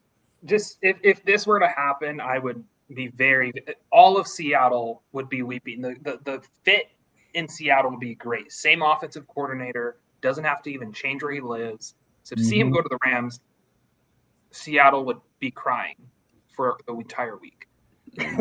Well, it's okay, John. We got picks for you. And it's my guy's Christian Haynes at this point right here. Interior O-line, number one need. Get Christian Haynes, can play guard and center. I know we had taken Latu in the first round. I think Nealand would be – I wouldn't say grab Nealand here. You already have an edge rusher, but I just want to talk about the fit there. I'd mentioned the comparisons between him and Jadeveon Clowney. You saw how Jadeveon Clowney had a career year in Mike McDonald's system last year, so that would be someone to look at here. I would also look at Malachi Corley. I know receiver doesn't jump out as a need. They had hosted him on a visit. You talk about a lot of hedges when it comes to free agent signings. I think those can be hints at what type of player they're looking at. Corley's yak ability reminds me a lot of Laviska Shenault, who they just signed. However, I would still think that is a value pick. Could you scroll up a little bit on the players? I know I was talking about with Penix and his connection to the offensive coordinator. Chris Jenkins out of Michigan, I think defensive interior, this would be the pick I would go. I know offensive line is still an issue, but I still think you can get a starting guard day 3, or I'm sorry, in the third round. I don't think you'd be able to get a defensive lineman like Chris Jenkins in round 3, and his familiarity with Mike McDonald's system. I believe he was there when McDonald was the defensive coordinator 2 years ago. I like the D-line depth for Seattle, though. Leonard Williams, Jaron Reed, Draymond Jones as the starters. Mike Morris, 5th rounder last year. Jonathan Hankins, who they signed in free agency. Now the rest of it is not great, but that's a solid top 5 that you can play every single So Draymond Jones in the system, he's going to be moving around, so I wouldn't only pin him at one of the defensive terrier spots. They might be wanting to play at a 5-tech position. Jonathan Hankins is more of your nose stuffer. That's not really in Chris Jenkins' game. Mike Morris, day 3 pick. I on paper it looks deep, but moving forward, also Hankins is on a 1-year deal. Jaron Reed has 1 year left on his deal. To be able to put Chris Jenkins as the future of the defensive interior, along with Leonard Williams, I think that would be the go-to. If not Jenkins, then I would run with you, Rusty, on Christian Haynes. I think Christian Haynes would be a great get at 53 as well. I would also say Kamari. Kamari's sitting there. Corner depth isn't great in Seattle either. I understand the concern for corner. Michael Jackson played fairly well opposite of Reek Woolen. And then you also have Trey Brown there. They just signed Artie Burns, who could play. So I would feel comfortable with the corners there. All right. Well, this is the Seahawks guys pick, so we're going Chris Jenkins. All right. Browns first pick of the draft. Kamari Lassiter. There you go. Kamari Lassiter is a dude. I think that's a very good value pick for them. All right, Dolphins. We got Johnny Newton in round 1, I believe.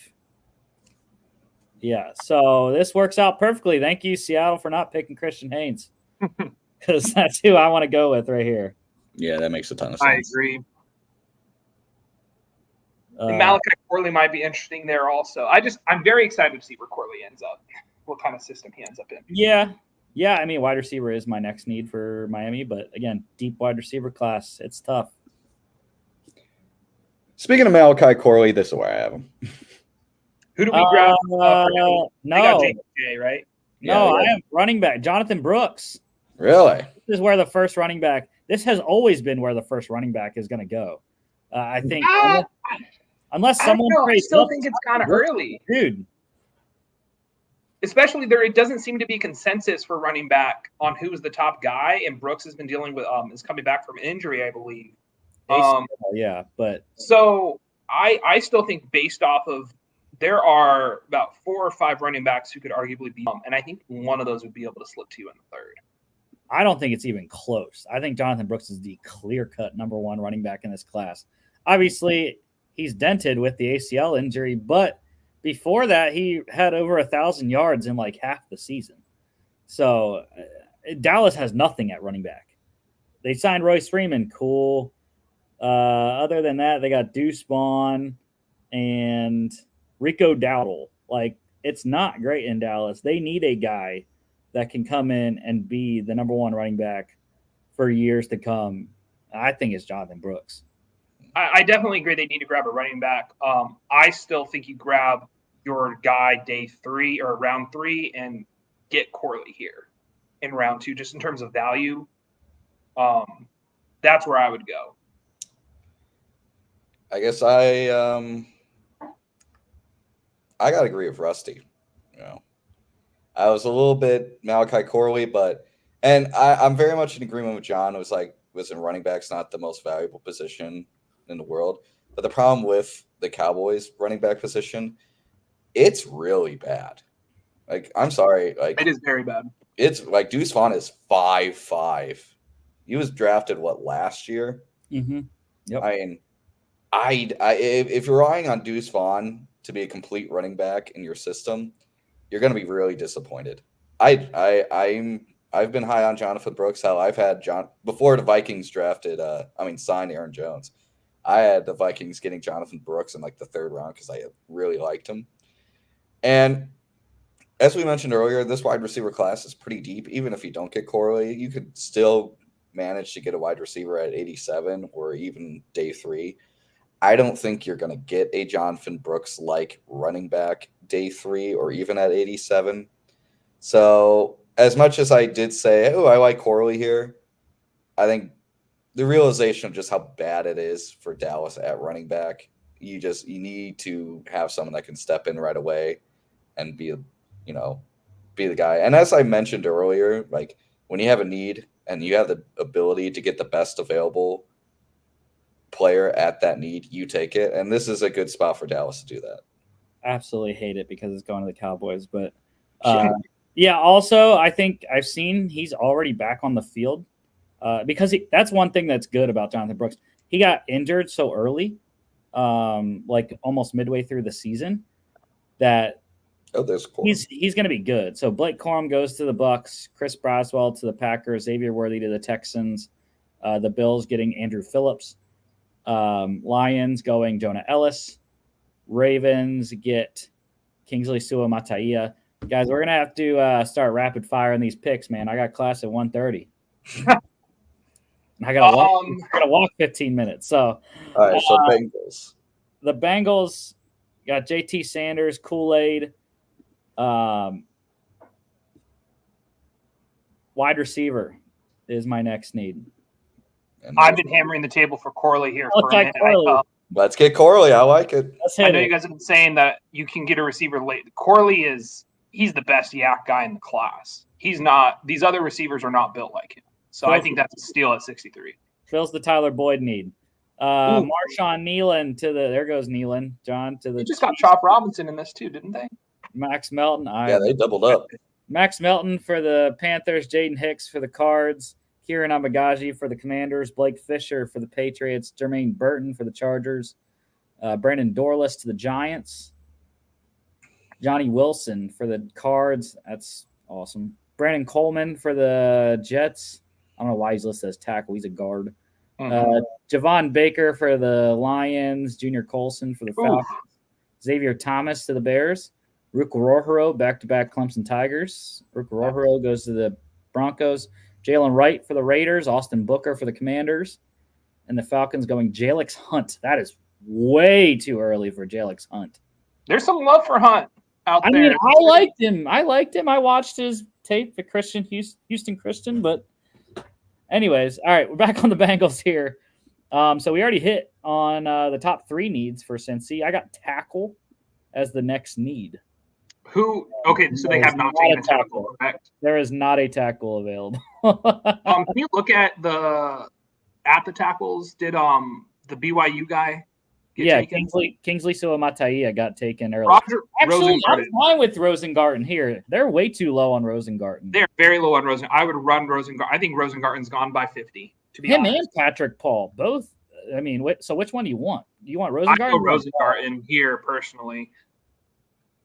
Yeah, I'm fine with either he one. Can start for you day one. He played right tackle, which with Penix was his blind side. So he was the blind side protector. You could play both sides. I'd run him in. Yeah, so the Bengals are looking for a future guy to play for Trent Brown. He's only on a 1-year deal. So yeah, sure. I mean, I'm fine with either guy. Rosengarten or Paul. All right, your Seahawks back on the board. You've taken an edge rusher, Law 2, and Chris Jenkins defensive line. So I'm excited. I think we have at this point we have one of the best depth of D line and edge rushers. So I think this is finally the time that we look at O-line. Can you take a look at who the interior linemen are available? Cooper Beebe. So I think I would be between Beebe and I know Dominic Pooney is listed as a tackle. But that's another guy who could swing inside if you need. I would lean Pooney here just because of the versatility. He could play tackle on a pinch also if you need him to. But I would be happy with Beebe or Pooney. I'll leave it to you guys. Which between those two you guys would lean? I mean, I think they're way too low on Cooper Beebe. I absolutely love that guy. He is I love Beebe too. Monster I've seen so inside. much about him. Beebe is a plug and play. He would beat out both Bradford and Lincoln Tomlinson, I would think. So I would be perfectly happy with Beebe. I think that's crazy low. 108 average draft. Come on. Yeah. I'd be very happy with Beebe. All right, so we got the Colts here. What did we get? We got TJ Tampa in the second. And wide receiver. Jared Verse in the first. Who are the receivers available? Devontae Walker right there. I can't get Tez Walker's drops from the Senior Bowl out of my linebacker, wide receiver are my next needs. You got Tez, you got Jalen McMillan. Malik Washington is a guy I've heard a lot about. Jeremiah Trotter is also available. Linebacker is my number 1 need for Indy. So I think linebacker might be a good. Can we look at the linebackers available? Yeah, so it's Trotter and everyone else. Yeah, it's Trotter. Yeah, you're right. I think this would be a good spot for Trotter. Cedric Gray, I think would be the next guy on there. I don't know why he's lower, but I would think Trotter would be the pick. Mm-hmm. Yeah, I love Jeremiah Trotter. I really badly want the Eagles to draft him, just so he's back at home where his dad played. But the Rams take a D tackle and quarterback. So we got Penix and Byron Murphy, right? Yeah. So yeah. So yeah, if Penix was not taken, I would like Spencer Rattler here as a developmental guy. But I would think edge rusher might be where you're looking at here. They might go tackle instead though, because Patrick Paul's still available. And I don't really like the edge. Like Javon Solomon is pretty solid from Troy, but other than that, I mean, you got Braylon Trice, which is also probably the next guy as well. But I like going Paul here instead.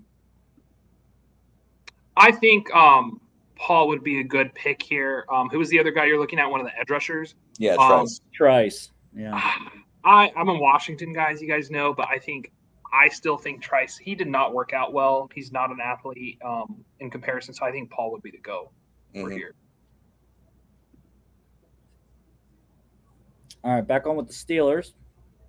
So we got Brandon Ayuk in tow, plus J.C. Latham. So that fills the top two. Or no, we need a corner. That's what I was thinking. They need to grab who are the best corners available right now? Kyrie Jackson, yeah. I don't think that would be a bad pick for grabbing Kyrie Jackson here. How's the Steelers' safety look? Safeties, because one guy I love who's available is Dadrion Taylor Demerson. Rusty, I know you're the Steelers fan. How are they at safety?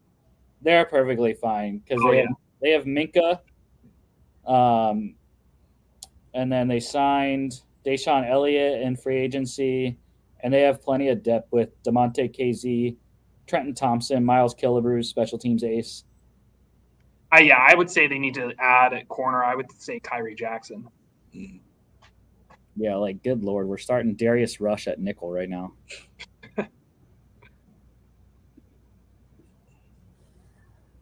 I'm higher on Chris Abrams' drain than they are too. So the Browns, Jalen McMillan for the Texans. That's 2 wide receivers for the Texans. Really odd. Damn, I was going to take McMillan with the Cowboys pick here. Yeah. So I brought this up earlier. The running backs. I think Trey Benson is one of those guys who could arguably be the top guy in the class. To be able to get someone like him in day 3, or is Marshawn Lloyd available? Yeah. Yeah, I think you still have a good amount of running backs available here. This would be the sweet spot for me, as I was talking about earlier. But yeah, receiver's still a biggie. I have guard, wide receiver, linebacker as the next 3. But yeah, Tez Walker is probably the dude. Is Dominic Pooney still available? No, we took Pooney with. Or no, we didn't. Never mind. Yeah, I forgot. I would like Pooney here. Pooney. Out of Kansas, they list him as an OT. Yeah, I think we're at the point in the draft where my computer freezes. Oh no! Which is great timing when we're almost done. So I would think Pooney would be the pick here. I know your computer's frozen, but I don't know how many more picks we have to go. It was like it goes up to 100, so I think we got like 1 or 2 more. Yeah, I think we had the Bengals still had 1 more pick. Okay. Oh, we're here. Well, we're almost there. Once I get out of this Christian Mahogany bio. I don't even see the bio yet. It's coming. It is coming. But yeah, anyways, so we want to go Puny here. Yeah, I mean guard's my next need for Dallas. I think Pooney is a good option. He can he projects out probably better as a guard. But just the pure flexibility that he can offer you, I think that would be a great pickup. I think this is a good sweet spot. I know we're looking at Mahogany's right here. I think Mahogany would be awesome. Mason McCormick, athletic freak. His thing is playing in smaller school, will project forward. Yeah, and if we wouldn't have gotten JPJ in the first, Sed Van Pran would have been great right here. I agree. If I can get to the tackles. That'd be cool. We're running out of time. They're gonna forfeit our pick. Oh no. We're running out of my time, that's for sure. It's fine if I'm late. It's the last Friday class this semester, so it's last Friday classes for us 3Ls. How about that? It's cool. It's cool. I can come in late, right?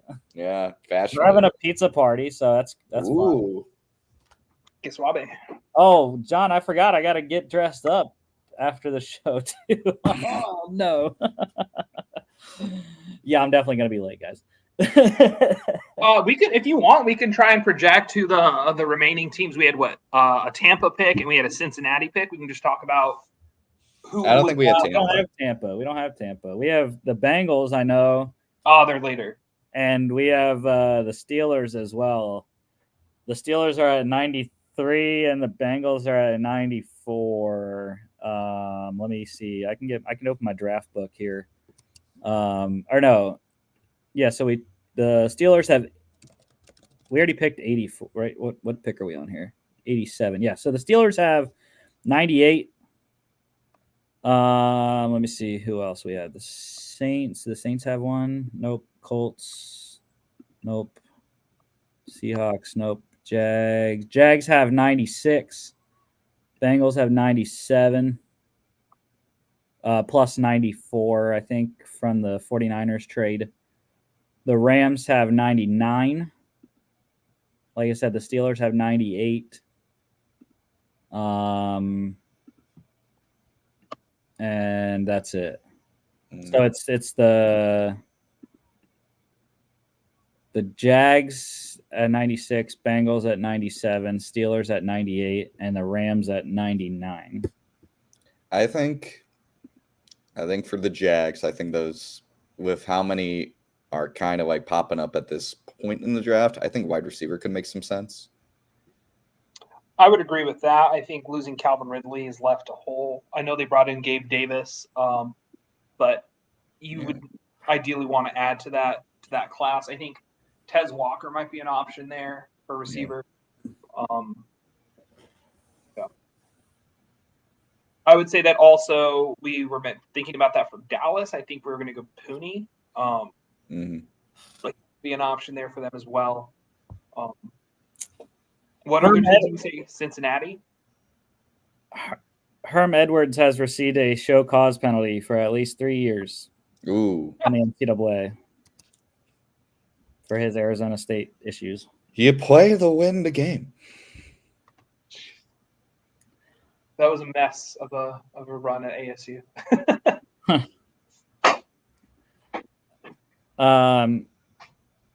Okay. But yeah, so we like the Jags to get receiver. I don't know if he would be available. I don't think Tez would be available. No, I highly doubt it. I'd be pretty shocked. That might be a situation where you'd have to trade up. I think guy though. I think Malik Washington possibly could be there. Roman Wilson, or no, Wilson already got taken. I think. Oh yeah, Roman would be gone by now. But yeah, I think a guy like you can hope that Malik Washington's available. Yeah. Or Jamari Thrash is another guy. I'm not that high on Anais. Brennan Rice, maybe. I'm not that high on Anais Smith.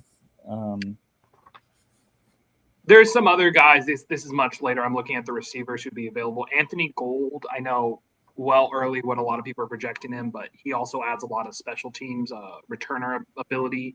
Considering the new special teams rules that are in place, that might bump his draft stock a little bit.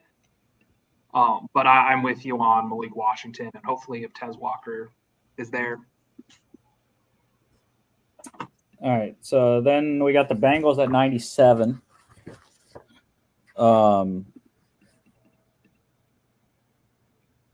We need a tackle, or did we get a tackle?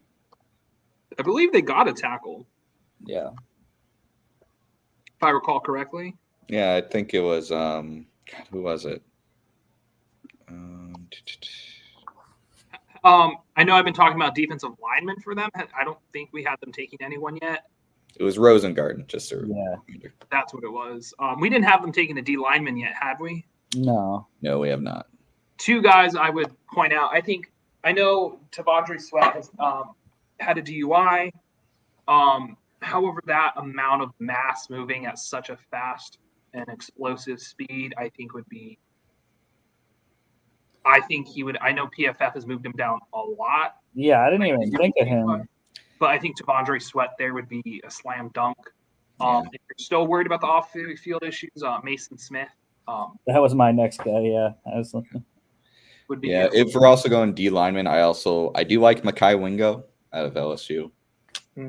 He's not super projectable, but I like him. I think he wouldn't be an awful pick. I believe Wingo was more productive than Mason Smith at LSU. It's because Mason Smith was hurt. That's true. That's the thing. Mason Smith, he's hurt, but he's such a mass. Like his size, speed, and athleticism is very intriguing. I know. I think it's Daniel Jeremiah is super high on him compared to other people. All right, and then the next pick would be the Steelers at 98. We already got Ayuk. We got Latham. We got Corner Cryby Jackson. yeah. Yeah, so my next one would be center. We still haven't got a center yet. So Sed Van Pran, Dan Van Pran makes perfect sense. if he is there. I would agree with that. If he's not, then I'm looking at edge. Their depth behind the top three isn't great with Watt, Highsmith, and Herbig. They've been trying to find that fourth guy for a while. They've had a couple veterans the last couple of years. Hasn't really worked out. One guy I love at edge would be Muhammad Kamara, Yeah. Colorado State. I still think he's rated too low. I wouldn't be surprised if Kamara goes round 2. Yep. He's short. He's not as long, but he plays very hard. He basically almost took down Colorado by himself. So I think Mo Kamara would be awesome there. I want to bring something up to you guys too.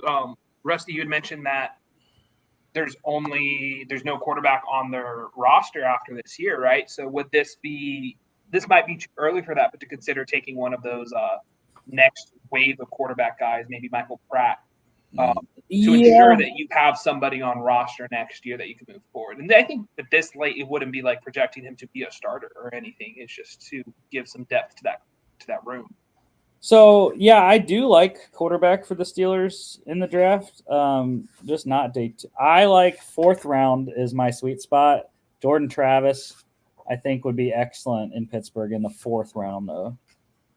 I completely get that. I think I would run towards an edge rusher. If Kamara's not your taste, Brennan Jackson's a high motor guy as well. We mentioned Braylon Trice already. I think this would be around where his sweet spot would be as well. Mm-hmm. Yeah. All right. And then the last pick we have is going to be the Rams at 99. They took Byron Murphy, Michael Penix, and then one more, correct? I think we gave him a lineman, Patrick Paul. Patrick Paul. So they also need edge. Mm-hmm. So it's all the guys we talked about. Yeah. Whoever Steelers didn't take, say they took Mo Kamara, I would go Brennan Jackson. I would go Brennan Jackson over Braylon Trice personally. Again, just a high motor guy, good locker room guy. He's going to give his effort 100% of the time. Not to say Braylon Trice is not. I think just both guys are limited athletically. So one of those two would be a good pick. Yeah. Speaking of edge, did Adisa Isaac get drafted? I can't remember for the life of me. I believe so. Yeah, he's top 50 guy. Okay. Round, yeah. I mean, I don't remember his name being mentioned, but if he was hypothetically available, if I can't remember his draft, I think that'd be another guy there. There's a lot of interesting. This is what I love about the draft is you can have two guys, same position at the same school, one guy significantly more productive, and yet they're going to get drafted later because they don't have the size or athleticism that is desired by the league. So like Chop Robinson's, I would assume is going to go before Adisa Isaac, even though Isaac outperformed him statistically. Mm-hmm.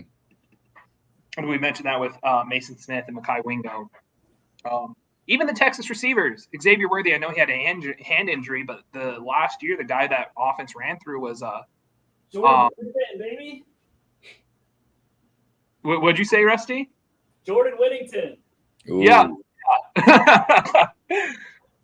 So it'll be interesting, but I think who we were talking about? We were talking about the Rams needing an edge rusher. I think one of those guys. Yeah. If Adisa Isaac fell down here, you run that in easily. Yeah. But yeah, it stinks that we can't see what other teams would do, but I really like kind of what our mentality is. I like, who was it? It was Bengals, Steelers, Rams, and then Jacksonville. So Jacksonville, we were thinking wide receiver, Tez Walker. I'm sure there's a couple other wide receivers still available. Brennan Rice. I think that would be top priority at that point. I think you would just take best available. I don't know if we'd even consider just being like, oh yeah, like okay, if the wide receiver we really like is gone, we draft a different position. With Jacksonville, it's like I just don't see him doing anything else other than wide receiver. Bengals, God, what did we say? Interior offensive line. For which team? I'm sorry. Bengals, was it? I can't remember. Yeah, Bengals. They need help on future of tackle. Upgrade that left guard position. Yeah. Yeah. And Steelers, we were all in on. Frick, what was it? Was it wide? No, it wasn't wide receiver. Kamara. Yeah. Oh yeah, that's right. Yeah, we needed them to grab an edge rusher at this draft. And then same with the. Why am I blanking again? Rams, was it? Yeah, the Rams. Yeah. Yeah. What's going to be interesting with a lot of what I've been hearing is that after the first 40 picks or so, there is a lot of differentiation on draft boards. So we might be seeing guys who none of us projected to be day 2 picks be picked early. Yeah. A lot of the boards are going to differ. So you could see someone who you're like, what the hell? I thought that was going to be a 7th, 6th round guy. And then here they are at pick 94. Yeah, like a guy I keep seeing shoot up draft boards, and it always surprises me when I see his name, Michael Hall Jr., the D tackle from Ohio State. I keep seeing him as high as like 2nd round. I'm like, him? Like, well, when I initially saw Hall, I thought he was 2nd round. I think specifically in a lot of positions like running back or safety where there's not a lot of consensus, there's some day 3 safeties out there that I think might go a lot higher than people think, like Dominic Hampton or Trey Taylor. Bro, Taylor. Give me Trey Taylor. I would be happy taking Trey Taylor in the 2nd, or not the 2nd might be rich, but the 3rd round to grab Trey Taylor, that guy I think could play for you right away and at least give you a special teams ace. But a lot of sites are projecting to go late day 3, which I think is way too late.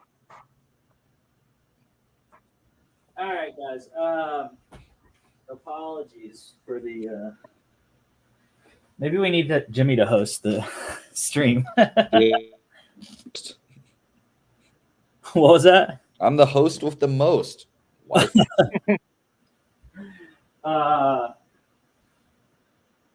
Yeah, I mean, I'm just kind of waiting on this thing to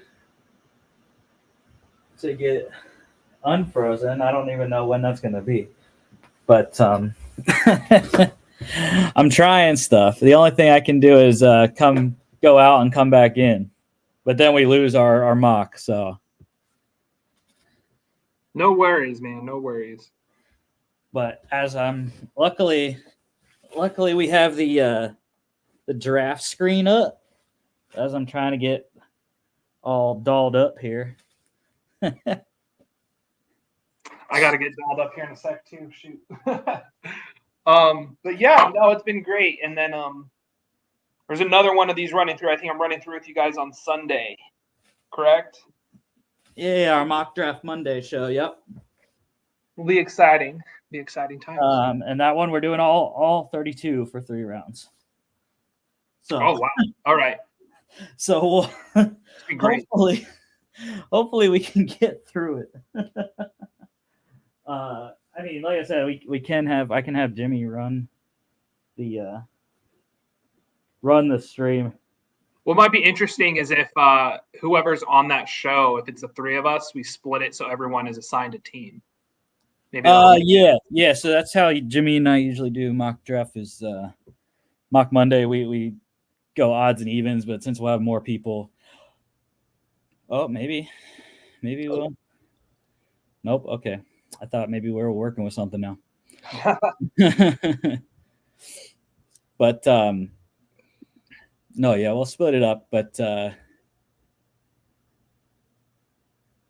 I guess it's not going to get unfrozen. Oh well.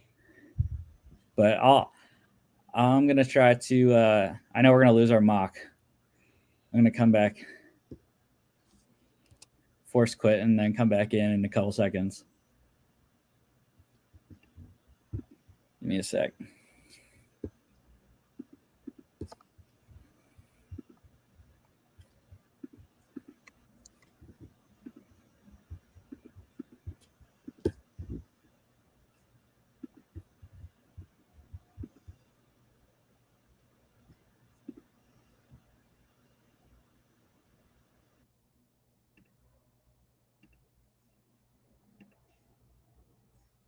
It's just me and John, I guess.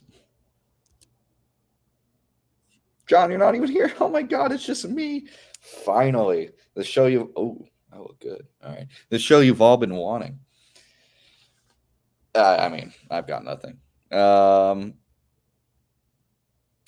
should say something, but I can't because I got nothing to say. You've already heard me talk for almost 2.5 hours. What the hell do you want from me? I feel like Ferris Bueller at the end credit scene of Ferris Bueller's Day Off. It's like, there's nothing left.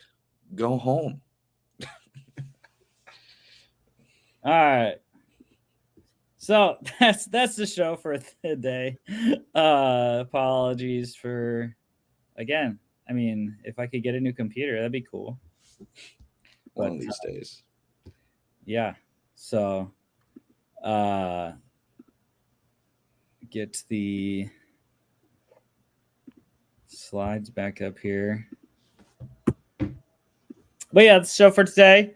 Thank you all for watching. Thank you, John, for coming on. And next Friday, it'll be Draft Friday. So we'll be talking about recapping the first round. I know Jimmy won't be here, but we'll have some other people, hopefully. And we'll have all your UFL Week 5 game previews as well. Crazy that we're almost halfway through the season already. But don't forget to follow us at all our social media at FAA Podcast on Instagram and X, FAA_bets on X as well. FAApodcast.com is our website. You can check us out here on YouTube, Facebook, X, and Instagram, as well as Spotify, Apple Podcasts, iHeartRadio. We'll see y'all back for Mock Monday and our regular Monday show. Draft week coming up.